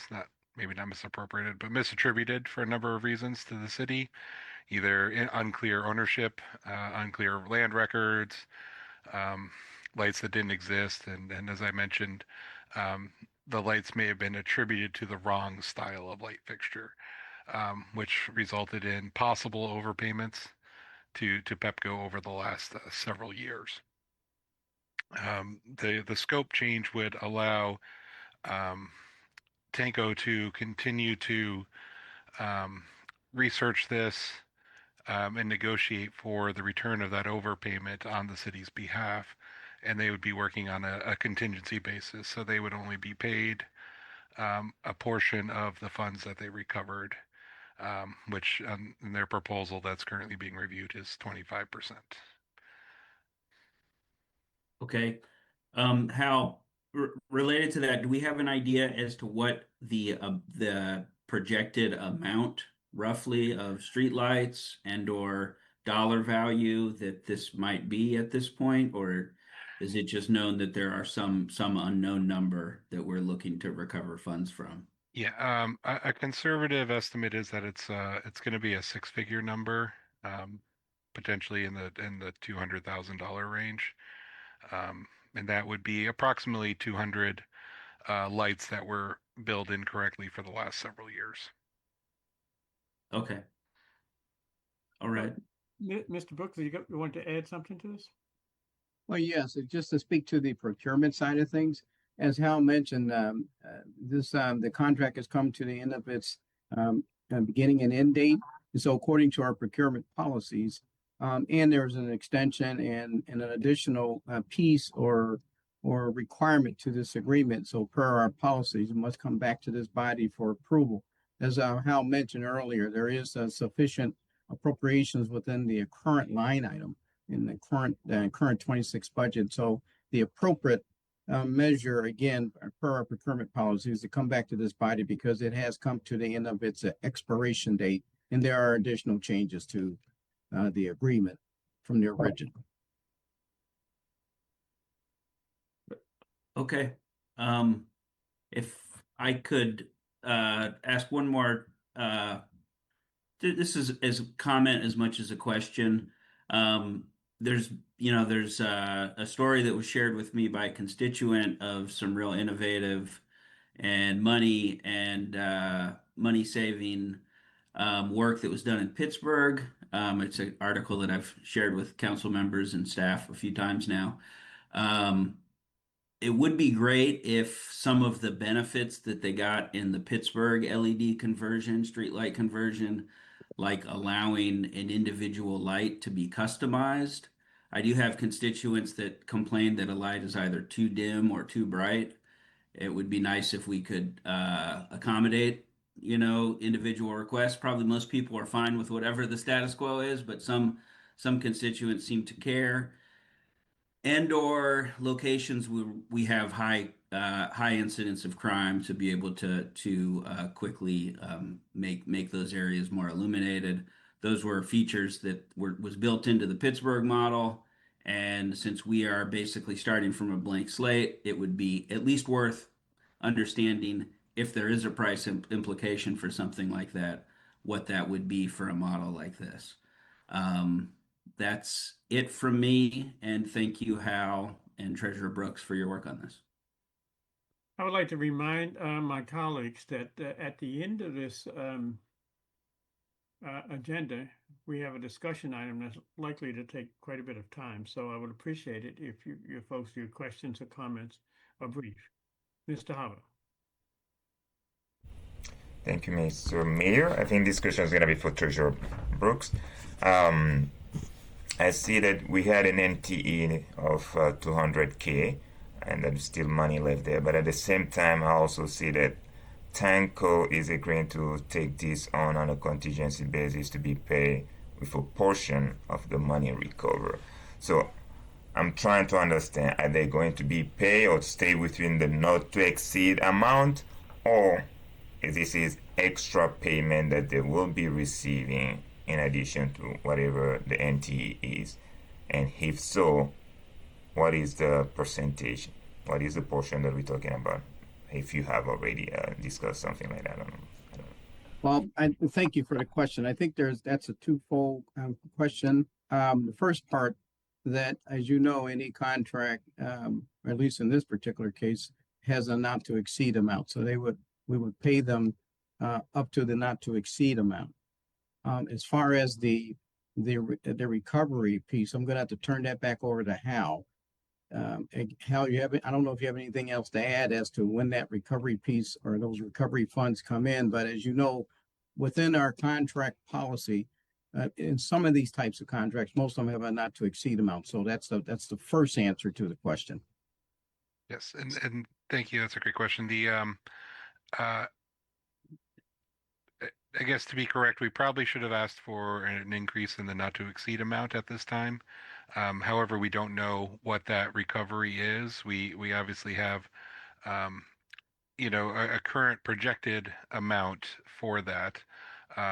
Their proposal that is, being reviewed, is that they would get paid 25% of the funds recovered. So, right now we're looking at potentially an additional $50,000 payment to them for recovering $200,000 worth of funds for the city. So that would be in addition to the work that they're currently doing, which is what the current not to exceed amount was based upon, is the current workload. So yes, that would probably need to be adjusted in the future when we had a better idea of what that not to exceed value would need to be changed to. Mr. Harbor, that good? Mr. Redmond? Thank you. Very quickly, we cannot talk about streetlights and I not mention, just when we get to the point of adding streetlights, there's some areas over in Ward 3 I would love to talk to you about, Mr. Metzler. Yes. That's all. I know you'll remember, but I still got to do it. Yes. So we will, and to kind of go back to Councilmember Shively's question. So the city's kind of unofficial policy has been that we do install dark sky compliant lighting. As part of Tanco services, they will be looking at the street lighting placement, the brightness of the lights, things like that. So during the design phase, they would look at those potential gaps, and we would obviously look to seek public input on where there might be additional gaps in the street lighting. So we look forward to looking at those areas and any others that residents may have as they come up with that new design. Okay, Thank you, Mr. Metzler. This has been moved and seconded, so all in favor? Aye. Aye. Aye. Any, Aye. any opposed? Abstentions? Seeing none, the ayes have it. Mr. Solomon? Action items, Phase 2, West Hyattsville Phase 2 development. Departure from design standards DPT 2025-0003.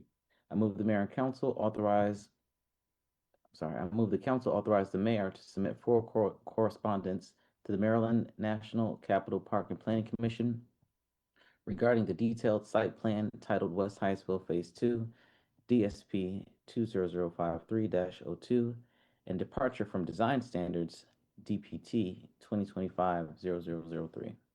The correspondence shall convey the city's official position as outlined in the amended staff report dated February 2nd, 2026. Is there a second? Second. Okay, staff, who's going to take this one? That would be me. Good evening, Mayor and Council. This is Chloe, City Planner for CED. I'm here to present the West Hyattsville Phase 2 development application. Now, I'm sure this seems very familiar to you all. This is now the third time, actually, that the Council has heard this case for detailed site plan or DSP-20053-02. However, this has returned to Council as there has now been another associated application with the detailed site plan, and as Councilmember Solomon said, this is the departure from design standards or DPT 2025-0003. Just for some context before we get into the presentation, this departure was submitted as part of the applicant's original application and requested relief from the Prince George's County Landscape Manual regarding buffering issues along the eastern property line. This departure from design standards, this new piece of the application, received a disapproval from the internal review committee at the Maryland National Capital Park and Planning. So then the applicant was instructed to submit a departure. This just generally means another way to receive relief from the landscape manual. And the applicant didn't change anything substantial from their original request, and they only supplied new justification along with photos to support their original request as outlined in their detailed site plan. And as I'm going through this presentation, I just want you all to keep in the back of your head that with these discussions, the aim is to have a formal decision made regarding the council's and the city's stance on the departure, as well as some new council proposed recommendations that our office received. And just for some final housekeeping, moving forward, all of the new information that you see in the presentation will be highlighted in yellow. You'll see that some of the slides are similar to the ones that we have showed you at a previous council meeting. So with that, I'll start with the project overview. Next slide. We all know the applicant is proposing a new multi-family development with an integrated parking structure for both vehicles and bikes, as well as some stormwater management facilities that are located to the south of the subject property. This application is also subject to the 2006 Transit District Development Plan, or the TDDP. I know you all are aware that the West Hyattsville Queens Chapel Sector Plan was approved in November of 2025. However, this application was submitted prior to that approval, and thus it is subjected to the 2006 TDP and not the newest plan that was adopted. And as I previously mentioned, the applicant submitted a departure to request relief from the Prince George's County Landscape Manual, and the specific section that they were requesting relief from is titled Section 4.7, Buffering of Incompatible Uses. And as you see listed on the side, the project in total has 342 units, and the unit breakdown remains unchanged from the last time that we discussed this application. The parking details for vehicles remains the same. However, there's been an increase of bicycle infrastructure. Originally, the applicant proposed that they were going to include 20 bicycle spaces that were internal to the structure, and they have now increased that to 72. So that's great to hear. And lastly, on the side, I will touch on the buffering of incompatible uses and the relief that they were requesting from the landscape manual. The applicant is requesting relief again from section 4.7, buffering incompatible uses. And you may be thinking, what are buffers for?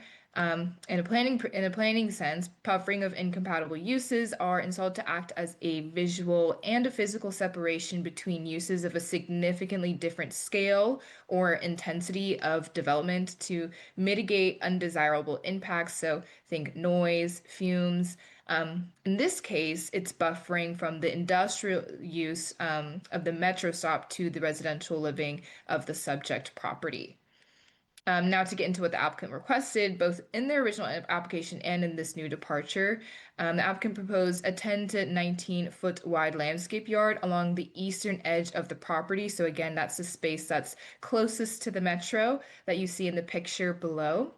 Usually a 40-foot landscape yard is required. However, the applicant stated that due to site constraints, the site is quite narrow, and to ensure that as many units can be built to serve the community, that meeting this 40-foot setback was not feasible. It's also worth noting that a similar buffer yard that's proposed in this application was actually installed at what is now Sovereign, and that's due to other site constraints such as the floodplain issues and the fact that the boundary of the property was actually determined when WMATA was giving the land to the applicant, and ensured that the property line was going to be set back sufficiently enough from the metro stop in and of itself at the property line.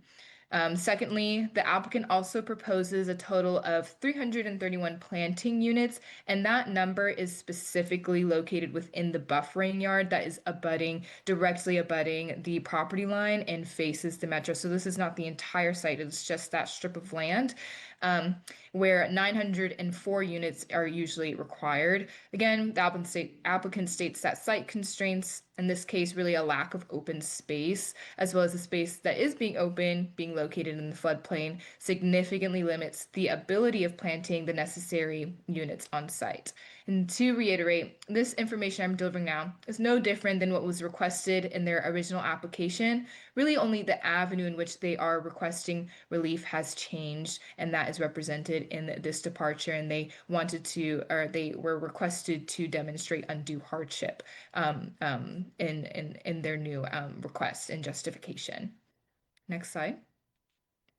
So now we'll see this staff analysis and modifications slide. This is the same slide that was shown to you in the last council meeting on December 15th, but I just have it here as a reminder of the recommendations that were formulated and thus delivered to the county to be included in their staff report that will be ultimately delivered to Planning Board.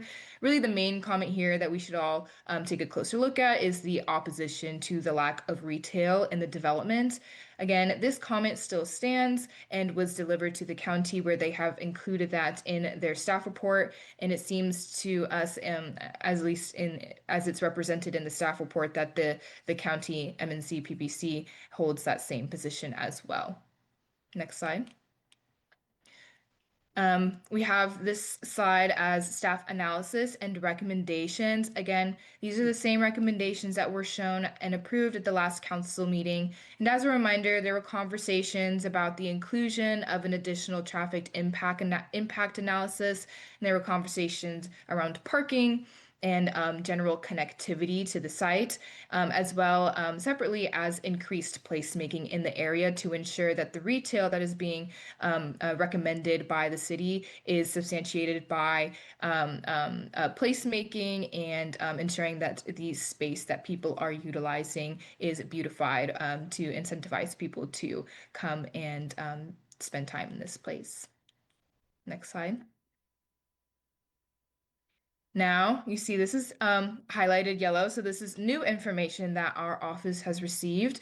Our office received new recommendations from one of our council members regarding aspects of this development project that is actually associated with other applications for projects that are in the direct vicinity of this new proposed multifamily building. This is largely known as the riverfront community. And just to quickly refresh everyone, the planning process for a large scale development that incorporates several different aspects is usually split into different phases, requiring lots of applications and approvals. Some are for infrastructure and some are for the actual architecture of a building. So there are several preceding applications that are either associated with or related directly to the detailed site plan and the departure from design standards that we're currently reviewing. With that disclaimer, I'll go ahead and review the new proposed recommendations that the council member has disseminated to us.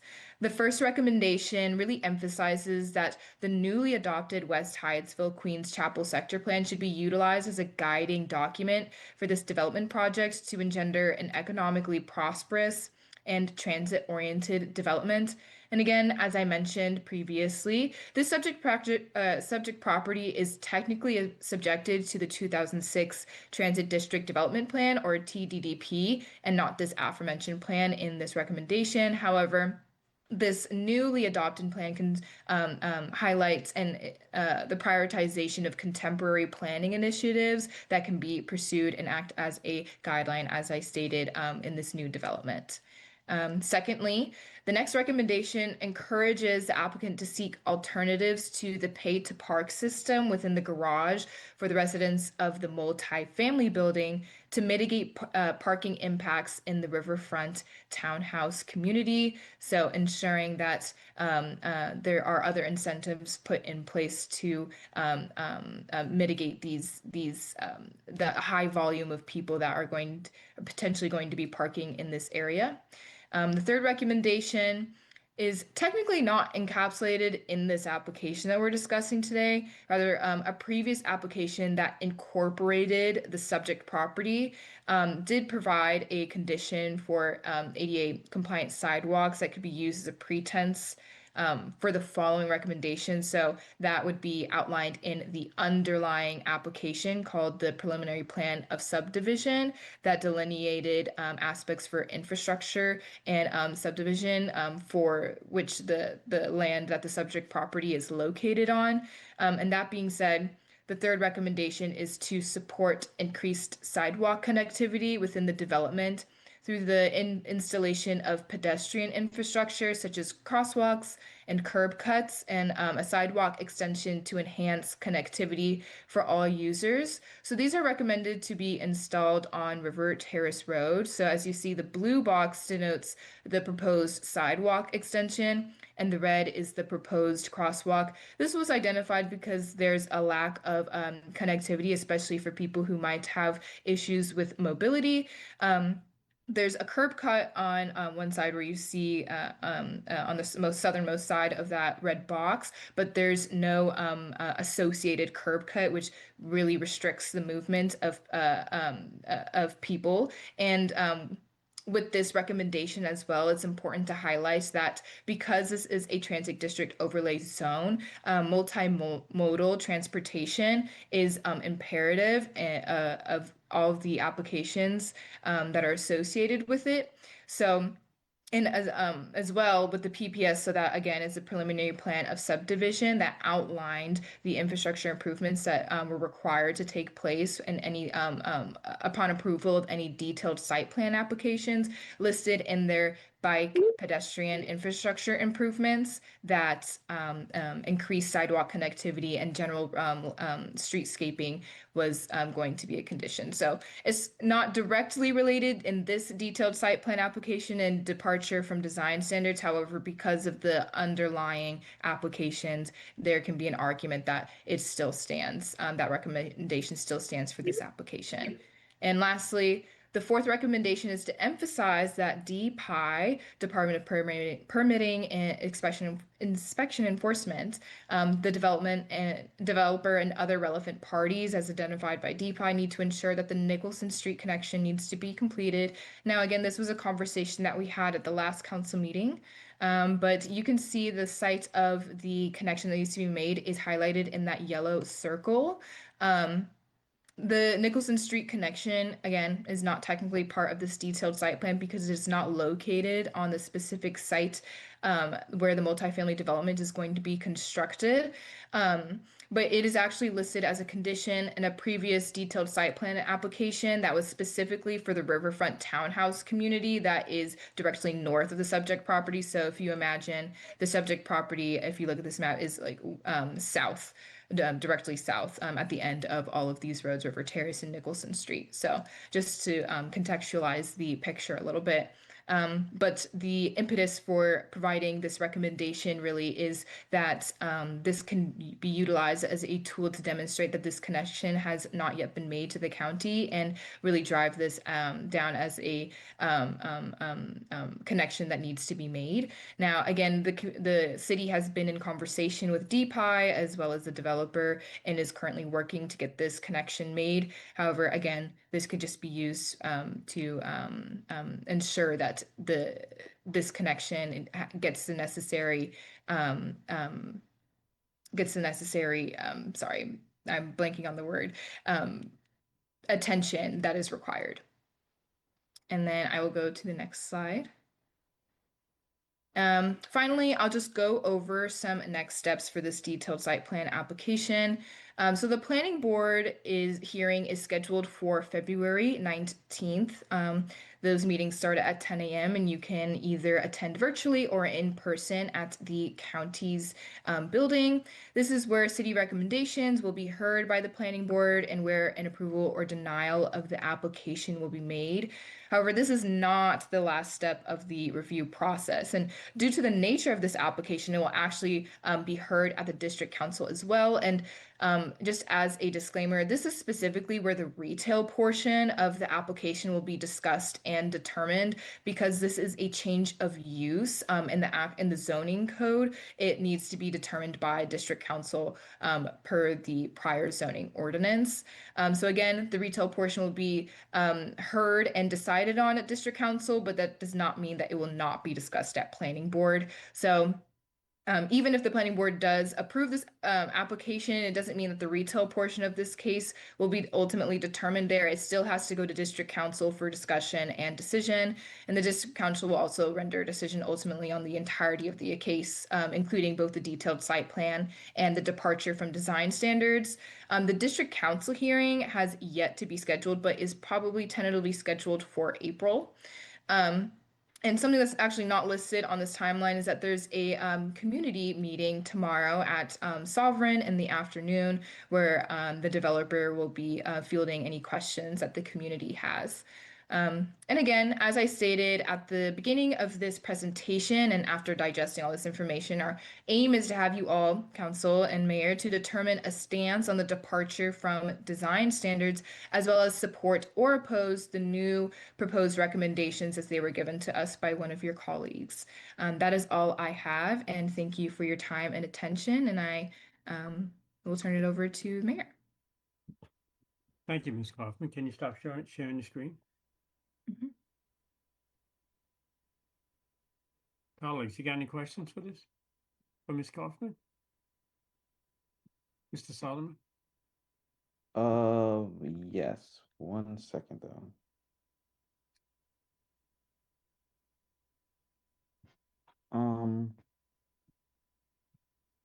I was trying to. Okay, I'm just gonna ask you, Jeff.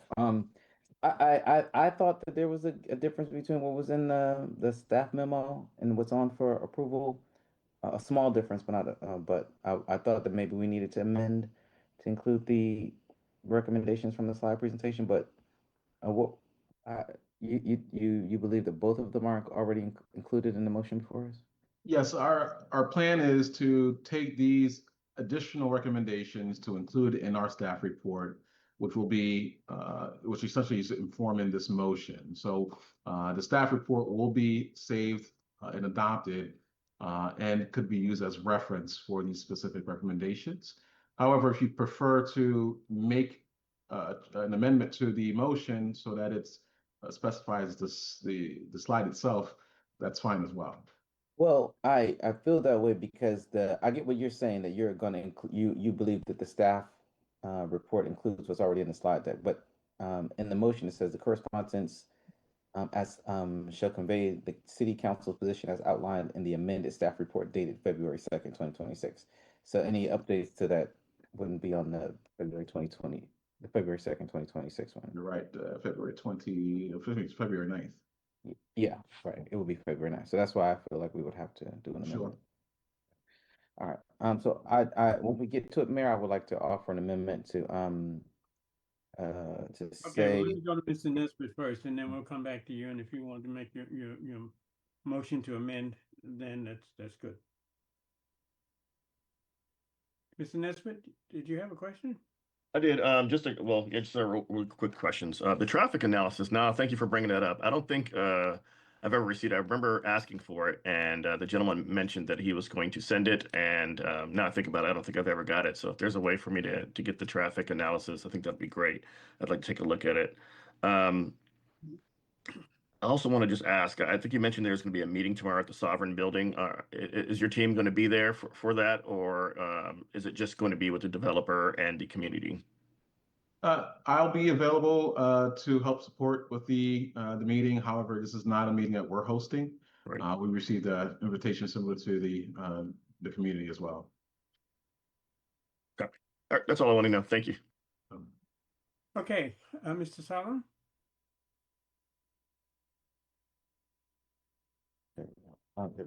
Um, I would like to offer an amendment as soon as I can get the motion that just disappeared back up. Okay. An amendment to say that the correspondence shall convey the city's official position as outlined in the amended staff report dated February 2nd, 2026, and the slide presentation provided on February 9th, 2026. Do you have a second for that? Second. Okay, it's been moved and seconded. So colleagues, for the amended language, all in favor? Aye. Aye. Aye. Mayor, some discussion or question, please. Hold on, it's a point of order here. Go ahead, Mr. Hopper. What's up?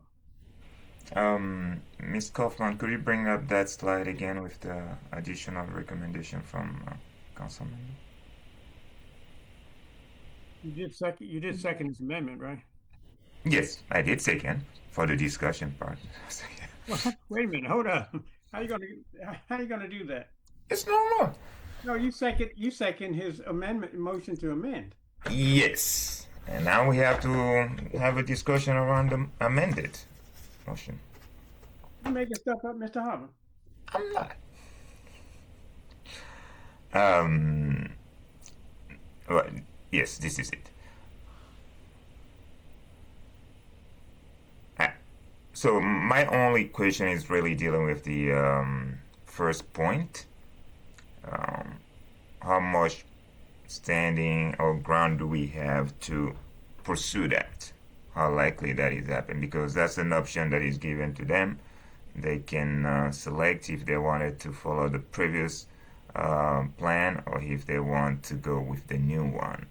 Can they be made to adopt the new one? Yeah. Thank you. Oh, sorry. No, go ahead, Chloe. Jeff. Go ahead. Okay. Thank you, Councilmember Hama, for your question. So the applicant actually does not have any choice in adhering to the 2006 TDDP or the West Hyattsville Queens Chapter Sector Plan. The applicant initially elected to adhere to the prior zoning ordinance, thus the Transit District Overlay Zone, when this application was first submitted. So that was with the underlying PPS, and that included the townhouse community as well for the larger riverfront community. So at that juncture, they adhered to the prior zoning ordinance and the overlay zone. And that overlay zone, as a stipulation, requires that they adhere to the transit district development plan of 2006. So again, the West Hyattsville Queens Chapter Sector Plan was only approved and adopted November of 2025. So this was after the fact that this application was for this specific detailed site plan and departure was initially submitted. So there's unfortunately no way to maneuver between which plan is going to be the guiding document for this development. However, this recommendation is really trying to drive home the point that there are more contemporary planning initiatives that may adhere to this development project and may be beneficial to the community. So it can be used as a guiding document, but there's no legality and it's not technically subjected to this new plan, if that answers your question. Yes, yes. I will leave it there. Yes, that's fine. And I'll just add too, and thanks for that, Chloe, and thanks for the question, Councilmember Haba. From a regulatory framework, the 2006 Transit Development Plan is what's being implemented and essentially what's being enforced. However, there are certain, and as Chloe mentioned, contemporary aspects of the West Hyattsville Queens Chapter Sector Plan that should absolutely be considered when reviewing this document. I think a lot of the goals that were proposed in the 2006, and remember, 2006 transit, it's 2026 now, 20 years later, a lot of these goals in that particular plan are just recently have been effectuated through all the TOD development that we've experienced throughout the city. So we think that it's important and imperative that the planning board consider some of the goals that were recently adopted and policies that were recently adopted to be incorporated, and at the very least to use as the backdrop for review on this particular application.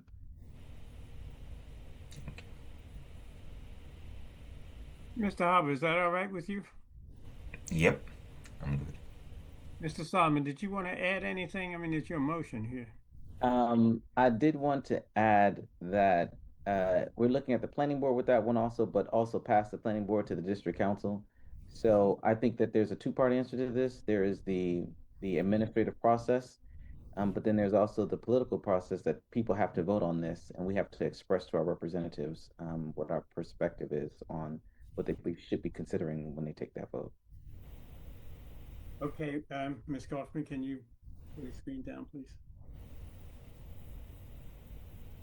Okay, there's an amendment on the table. It's been moved and seconded. All in favor? Aye. Aye. Aye. Aye. Aye. Any opposed? Any abstentions? Okay, all in favor of the amended motion, please say aye. Aye. Aye. Aye. Aye. Okay, the ayes have it. Mr. Solomon. Oh, we got a discussion item. That's where we are now, right? Yes, retirement health benefits. Okay, who's going to take this one?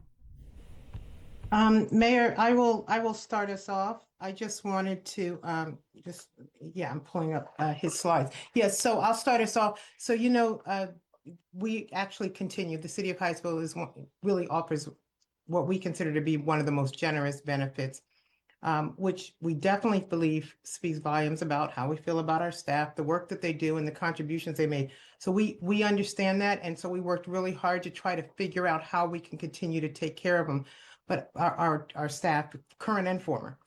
But unfortunately, the rapidly rising healthcare costs and the need to increase our staffing levels to support a growing community has led us to consider some options to just restructure our retiree health benefits to better control our operating budget in the future and the mid and long-term liabilities. So that's part of the reason that we're bringing this forward. Both Ron and Jay, our HR director and treasurer, have been benchmarking against other municipalities and evaluating options. So I'll just turn it over to Jay to talk about some of those.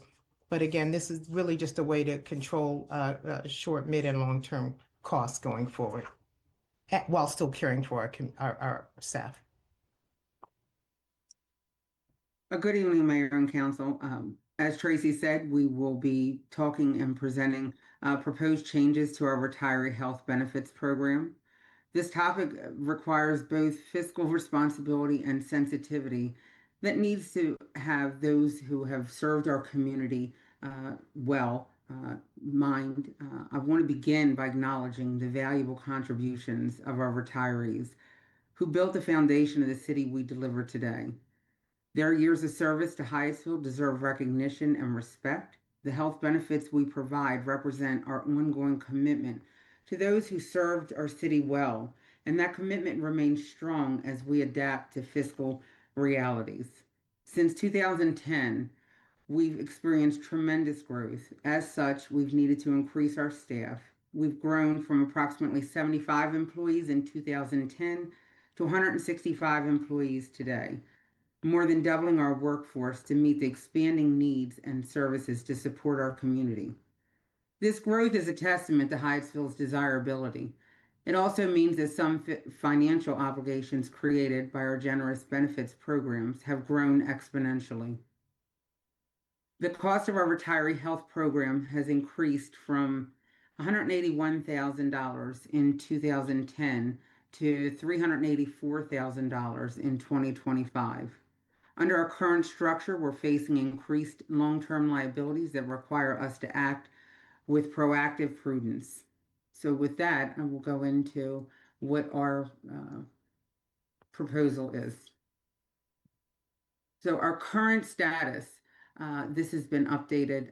We've just received our most recent invoice that reflects 2026 rates. We are one of a few Maryland cities offering retiree health benefits. We currently have 42 retirees and 25 dependents enrolled. The average cost is approximately $384,000.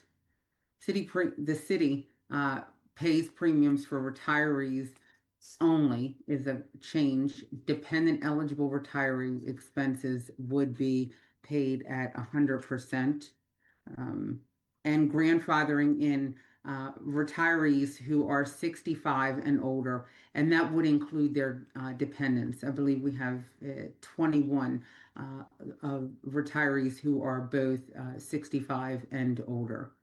And we're able to do that because we are only charged half of the total premium for retirees who are 65 and older, because this plan acts as a secondary.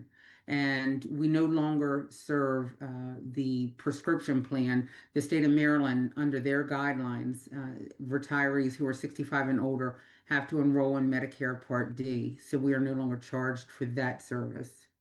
So most Maryland municipalities do not offer retiree health benefits. Among those who do, retirees typically pay 100% or higher premiums. Hyattsville's commitment to cost sharing remains above peer standards. So our current enrollment breakdown and cost. We currently have 42 retirees and 25 dependents. So, and this gives the different coverage types from those who elect medical only. They may elect dental or prescription, and retiree and spouse or retiree and dependents. It is worth noting that we have an HMO, Kaiser, but Kaiser does not offer a Medicare or retiree supplement. So anyone who would be 65 and older would not be eligible for the HMO plan.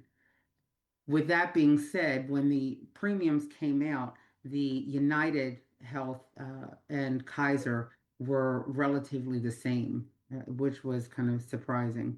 So our monthly costs are estimated to be around $32,000, and that's about $384,000 annually. So our proposed changes, we would cover retirees between 55 and 75%, and that would be based on the annual adjustment based on what we are billed and availability of funds from the budget with the treasurer. Dependent coverage, dependents would remain eligible for coverage, and they would be responsible for 100% of the premium that we would be charged. The grandfathering component would have retirees cover we would cover them. As I said, 65 and older, we would cover both. And there is the possibility that we would be able to keep our current retirees or our current employees under these plans. So we can discuss that. Example for what this would look like if the city covered 55% and the retirees covered 45%. And this number, this annual estimated savings of approximately $8,700 monthly, $104,000 annually, that is based on the medical and the prescription plan together. So we are proposing changing the eligibility requirements, which would be employees hired before February 1st of 26.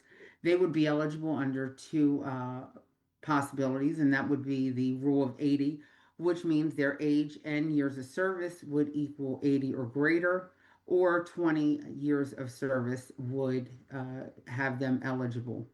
Our current eligibility, we have 52 employees who are eligible on a prorated basis. So employees after 5 years begin to be prorated eligible at approximately 8.5% each year till year 16. And we have right now 20 employees who are fully eligible for that plan. So there would be a consideration that we would grandfather in all of the current employees under the current 16-year plan, but that would require, I think we would have to allow for it to be a retiree only model, and the spouses and dependents would be eligible, but they would have to pay most of the premium cost in order for us to, I think, financially sustain that. And the retiree model for employees hired after February of 26 would require 20 to 25 years of service to be eligible for the benefits. So we would do away with the prorated portion. The 25 years is what the state of Maryland adopted. They also used to have the 16-year eligibility and converted to 25 years of eligible service. So considerations, minimum service requirement, evaluate whether to establish a 20-year service requirement or align with the state's 25-year service requirement. And the grandfathering approach would be considering extending current eligibility criteria to existing employees with subsidies limited to retiree-only coverage.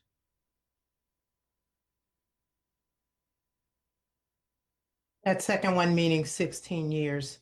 Yes. Current eligibility criteria at 16 years. Yes. Instead of the 20.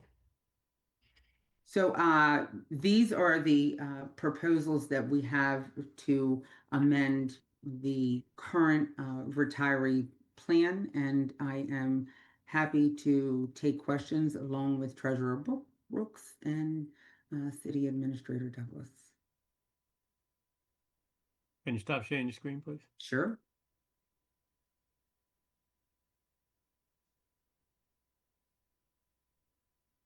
Colleagues, you got any questions? Any comments? Mr. Edmond?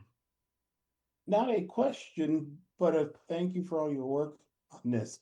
I know it's been, you've been at this for at least a year, because we talked about it, I think, last budget cycle, identifying the need. I know Councilmember Shively also has been kind of raising, hey, we should probably look at this. So credit goes for that. So thank you for this presentation. I think I have to hear it at least 5 times. You've presented it to me multiple times, and it's starting to make more sense. So thank you. But it makes sense. I think one of the things we've seen from residents or just members of the community who care about our staff and want to make sure that they're being cared for, properly, is the sense that we are taking something away. But I think, this is a fair and reasonable way to go about right sizing our benefits package for sustainability so that everybody is taken care of. So thank you again. Thank you. I appreciate it.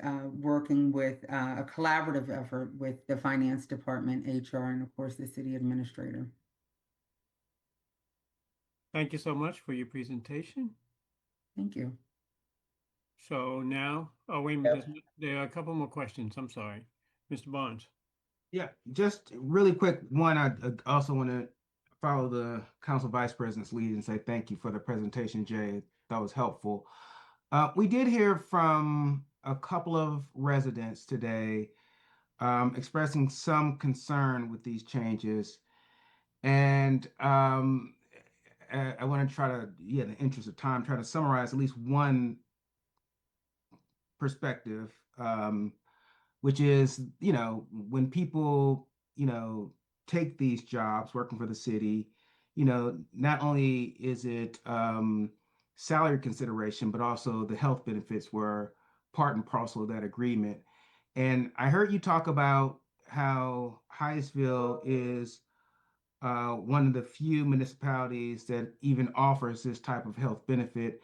Can you just talk a little bit about, and I don't know actually if this is you, Jay, or Ron, or even Tracy, can someone just talk a little bit about how the city employees fare in terms of salaries in comparison to other local municipalities? Well, we are actually doing a comp study and comparing our salary and benefits. So we're looking at the total compensation package this year. I would say that we are in the 65 to 70% percentile as far as salaries go.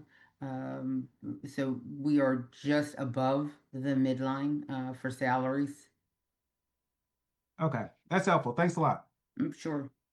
And we have to, we are also considering as we're looking at benefits, one of the benefits that is on the horizon is Maryland Family Medical Leave, which is scheduled to begin deductions in January of 27. And that is going to be a consideration that we are looking at what we are going to be contributing on our part. And that is a mandatory program that we will have to participate in, and that will allow for employees to have greater access to paid family medical leave. And remember, we're one of the few cities that offers that now. So that is a benefit that we provide. But when the state FMLI program comes up on board, we won't have an option. We'll have to pay into it. So that is going to be an increase in our expenses, in our premiums and our expenses that we need to pay to the state. And I think the date is January, correct, Jay? Yes, right now it's scheduled to begin January of 27, and employees are going to have to pay into that for an entire year before they wouldn't be eligible to utilize the benefit until January of 28 as it stands right now. Well, thanks again. I think that's important information just to share. That's it for me, Mayor. Okay, thank you. Mr. Hava. Thank you, Mr. Mayor. Thank you, Director Joyner, for the presentation.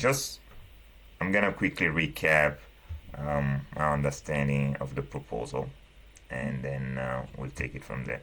So it sounds like we're saying that for current employees that are 65 and older, they will be grandfathered in, correct?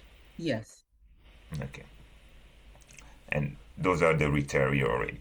And then we are saying, and that would be 100%, right? Coverage for whatever the current level is, and the dependency exemption, whatever the credit they get in, they will continue to receive those credits. So we are not touching those benefits that they're already receiving. Correct. For the retirees who are 65 and older. And So we older. have, so we do have retirees who are under 65 and elect for whether it be spouse or dependent coverage as well.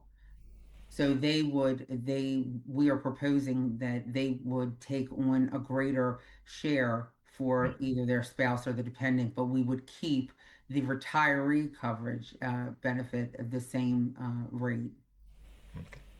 And then for those who are not retired yet, but were hired before February 1st, 2026, we are still offering them the dependent option, but they are covering 100% of those premium. Correct. Okay. And then those hired after February 1st, we are only providing them with the retiree coverage, no dependent option. Correct. Okay. That's the proposal. That's okay.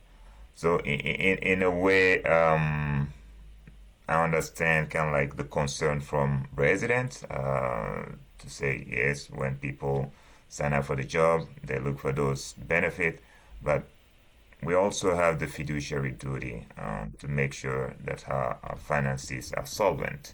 And we have heard a lot of issues, comments, concerns regarding the audit, where we are, do we have the money, we don't have the money. And this is one of those lines that is really budget consuming, that drain our finances. If it's not controlled, it can easily get it away from you in terms of the costs you have to incur. I remember initially we were talking about it used to be in the million, but thanks to Treasurer Brooks, we came up with this pay as you go to be able to control that a little bit more. But what I want to tell residents and people who are concerned is that yes, somewhere, somehow, existing employees, some retiree will have to put something up, but ultimately we are leaving a lot of those benefits in place. These are times when we have the means, we will be generous, we will provide the help we can. City admin, Douglas was just mentioning the FMLA, that we will be paying in, we pay. Those are things that are still out there. So just wanted to put things in perspective. This is not the council trying to do things willy-nilly or just trying to take benefit away, but these are necessary and important changes and revision that we have to undergo occasionally to make sure that holistically speaking, that package is the best we can, and that means the city's financial interest as well. So thank you, and that's all I had to say in comment. And I look forward to this coming back for action so that we can put it in place before it's too late again. Thank you. Thank you. Ms. Trapp? Thank you. Yeah, I wanted to clarify a couple things. So first, that we give benefits at all kind of puts us outside of what of every other municipality is doing, correct? Well, many. So our overall compensation package, even if our salaries are in like the 60th to 70th percentile, if we look at our whole package, it's probably much would put us in a higher percentile, correct? Yes. Okay. And then just to clarify about the retirees who are over 65, we're saying that there's going to be no change in their coverage, right? They're not like just hopping onto Medicare or something like that. No, they would continue and their dependents would continue. And we're able to do that because we're only charged half of the total premium for Medicare retirees at 65 because this plan becomes supplemental. Medicare becomes primary Okay. at that point. Okay, great. So I think, in the interest of our retirees who are kind of in that middle area, right? They're not 65 yet. What, I guess, just kind of like walk us through what that change for them exactly would look like, say if they have a spouse and a dependent. It would depend on what the premiums were billed at next January would be, what the state comes back, and the spouse or the dependents, eligible dependents, would pay 100% of the premium that we are charged. The city would pick up the kind of the administration fee and incur that cost for the dependents and the spouse. Okay. And we Versus, would maintain for the retiree, we would maintain what coverage they are receiving now. So currently, right now we're covering about 65 to 67%. So we're proposing 55 to 75%. So there's not a significant change in the retiree portion that would be covered. okay, so if I understand correctly from one of the other slides, is that the number of our retirees who fall into that category is 6 retirees and 12 total dependents. Is that correct? For the not under 65 retirees, so people who are currently retired and non-Medicare. and non-Medicare. Yeah, that's That- 6 that's- with 12 dependents. Right. So they're looking at losing all of their dependent coverage from the city then. Correct. Okay. I think going forward, I like this plan. I think I'd like to see a little bit more grandfathering for the people in that position because it puts them, I think, at a real disadvantage. And I think that, yeah, I think for somebody who's put that much service into the city, I think extending that grandfather period would be would be something that the city should really think about. I know that you're trying to find all of the ways to come up with the best of both worlds here, and I do appreciate that. I just feel like for those 6 retirees who gave so much service to the city, that it's going to feel like a real squeeze.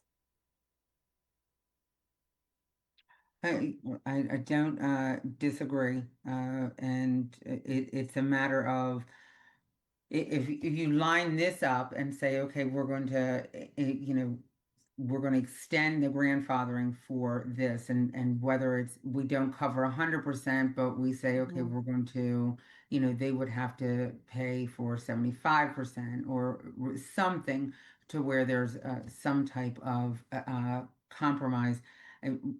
It's what that balance is and what that looks like so that it makes financial sense as well as honoring. And that's been, I think, the biggest driver here is to make sure that we're honoring and respecting the commitment to the retirees. Yeah, I mean, I'm happy that it's you who's doing the lion's share of this work and not me. Because you're in a really hard position and the council's going to have to to make a decision. But I would love to have a conversation to see if we can come up with some sort of middle ground for that section of our employees and retirees. Sure. Okay, we are very close to the 10 o'clock hour, folks. Just want to let everybody know that. Okay, Ms. Wozek, last but not least. Thanks. So I think that I'd be comfortable updating our retirement benefit structure for city employees who join at a future date. But I am not comfortable doing so for those who have already retired from the city or for city employees who are existing with us now. And I would like to find a way to honor the retiree health benefits package that was included in an employee's job offer or a retiree's job offer when they said yes to joining the city. And that's because, as we've been talking about during this agenda item, the city is built on the people. The people are the ones who serve the people of Hyattsville. So I guess I'm suggesting a tiered retiree health benefit structure. And I know Councilmember Straub was just talking about the same type of thing. I know that it can be really hard and very complex for HR teams to manage multiple retirement programs at once. At the same time, I know a lot of public agencies are doing just that so that they can honor the retirement system that was in place at the time the employee joined the workforce. So I do want to know what that looks like what I'm suggesting. So to understand the ramifications of that, I would like to see a way that we look at our attrition rates, because I know that currently we have a bunch of folks who are about to become retirement eligible. And I would like to kind of take into account that some of these folks will not actually stay here until they retire. So like an actuarial accounting for attrition. In other words, a cost analysis for the out years that is adjusted for the standard rate of attrition. And, I'd like to see, again, the grandfathering retirees into their retirement plans, regardless of their age, grandfathering all of the current city staff into their existing levels of retiree benefits, and accounting for the expected attrition rate based on past attrition rate, and then moving new hires to a different retiree health benefits plan. And I don't know what the best practice is in this way, but if we could use like the past 10 years or 20 years worth of attrition rates and then base our assumption going forward on that period of time, I would just like to kind of understand how that would impact our ability to afford these benefits for our employees. Because we know that healthcare costs are escalating quite a bit, and I want to make sure that we don't destabilize our employees or our retirees. So does that make sense what I'm asking for? Sure, it's something that I will have to get with Treasurer Brooks, and I know that we are kind of working on that, but that's going to take a little bit of time to get that prospectus together. So, if you allow me to maybe even add a little bit to that, and thank you, Jay, and Councilmember Wyzak, I appreciate the questions and the request for those additional analytical benchmarks. It will take some time to really pull together that type of information. I basically work with the city's actuary for all of the numbers, particularly when it relates to the OPEB liability. As you know, that it's always noted in our long-term liabilities. This is how this issue really came up, thanks to Councilman Shipley a long time ago. But those various analytical analysis is going to take some time because it's a lot. And I can't do that, quite frankly, without working with the actuary. And so I've taken your note and taken all of that into consideration. I will work with them. I can't say I can have that for you in a week. I don't think that would be fair for at least the actuarial team and myself to pull that together. But we will try to do some type of analysis based on some of those variables that you put out there. So I will say this, hopefully in closing, I can tell you that with the most recent OPEB report that represents fiscal year ending 24-25, we will be showing a reduction in that liability. If you recall, you may not recall, but in the most recent audit, audited statement for year ending 23. I do believe that liability was $22.2 million. I can tell you right now, based on the current report, that liability will have for 24 is going to come down about $200,000, and I do believe for 25, probably another $1.7 million. That reduction is basically due to a reduction in the demographic experience of our entire plan, and and a reduction in the per capita cost in our entire plan. Now, these proposed changes for retiree benefits going forward, as Jay noted in the handout, if approved by this body, wouldn't go into effect until January 27. Correct, Jay? Yes. And now, that will impact the liability long term, but you will not see that until the 2028 OPEB report. So I just wanted to make you aware of that. Mm-hmm. Okay, thank you to both of you. I mean, I think and hope that the analysis could help us estimate or at least guesstimate how many employees are likely to leave the city of Hyattsville before they ever become eligible for retiree health benefits. And I just like to see how much that could reduce our long-term liability projections and see if we can afford to keep folks at the levels that we promised them. So thank you very much. Very good. Thank you. Okay, Mr. Shabbat, you're going to be the last one on this discussion. Thank you, Mayor Crosland. I know this is a discussion item here tonight, and we've discussed it a few previous times too.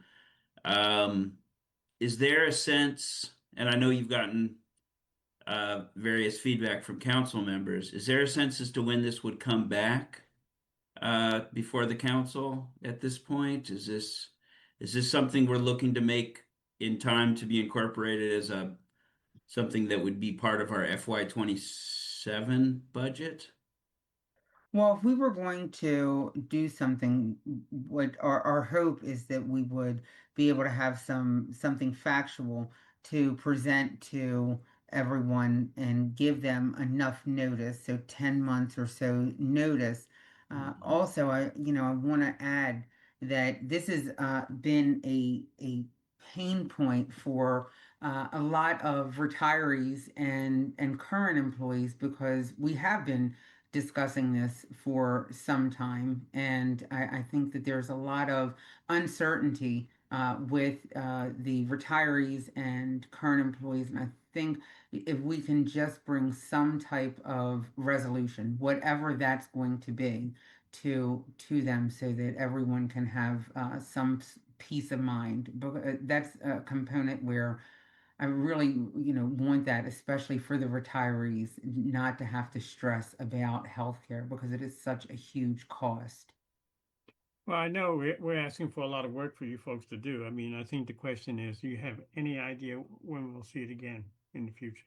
So our hope is that we'll bring it back in the March meeting. But we have some questions to answer, as you heard tonight, and some numbers that we need to crunch. So we'll get to work on that, and then it is our hope that we bring it back in our March meeting, or at least before April. Okay. Thank you so much for that. Great discussion. Thank you. Okay, we're down to council dialogue finally. So council members, you have something you want to say to the public or to staff? This is your time. Use the raise hands feature, please.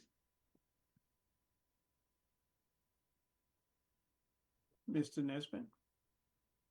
Hello, good evening, everyone. Just wanted to address the staff and really fellow council members. Just want to say thank you for the great dialogue, and I want to say thank you to the staff really for the support during the snow. I know it was not easy. I know we just got done talking about retiree benefits, but I did want to say that these are the times that we probably have to think through, because there are some staff members that have went above and beyond.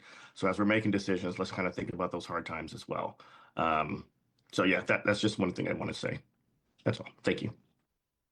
Okay, Mr. Solomon. Yes. First, we have a Ward 5 meeting coming up on March 5th.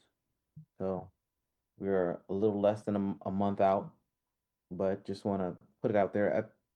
Yeah, we'll have another meeting before then, so I'll have a chance to put it out there again. Second thing I want to do is say thank you to DPW for the fantastic work that you did during this massive snow operation.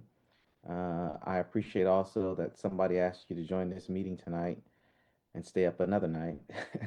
And you chose to do so because I wouldn't have been able to, but I appreciate that you were here.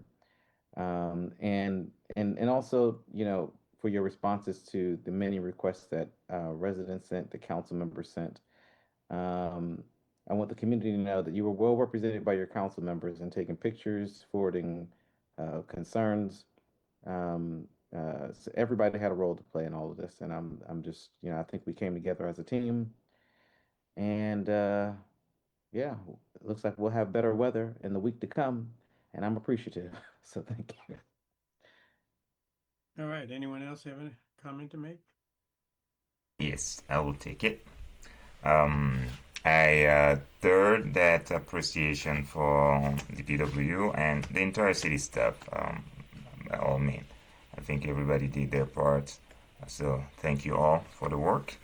And I do encourage residents out there and business owners out there that have not cleared their sidewalk yet to do that. Be proactive about it.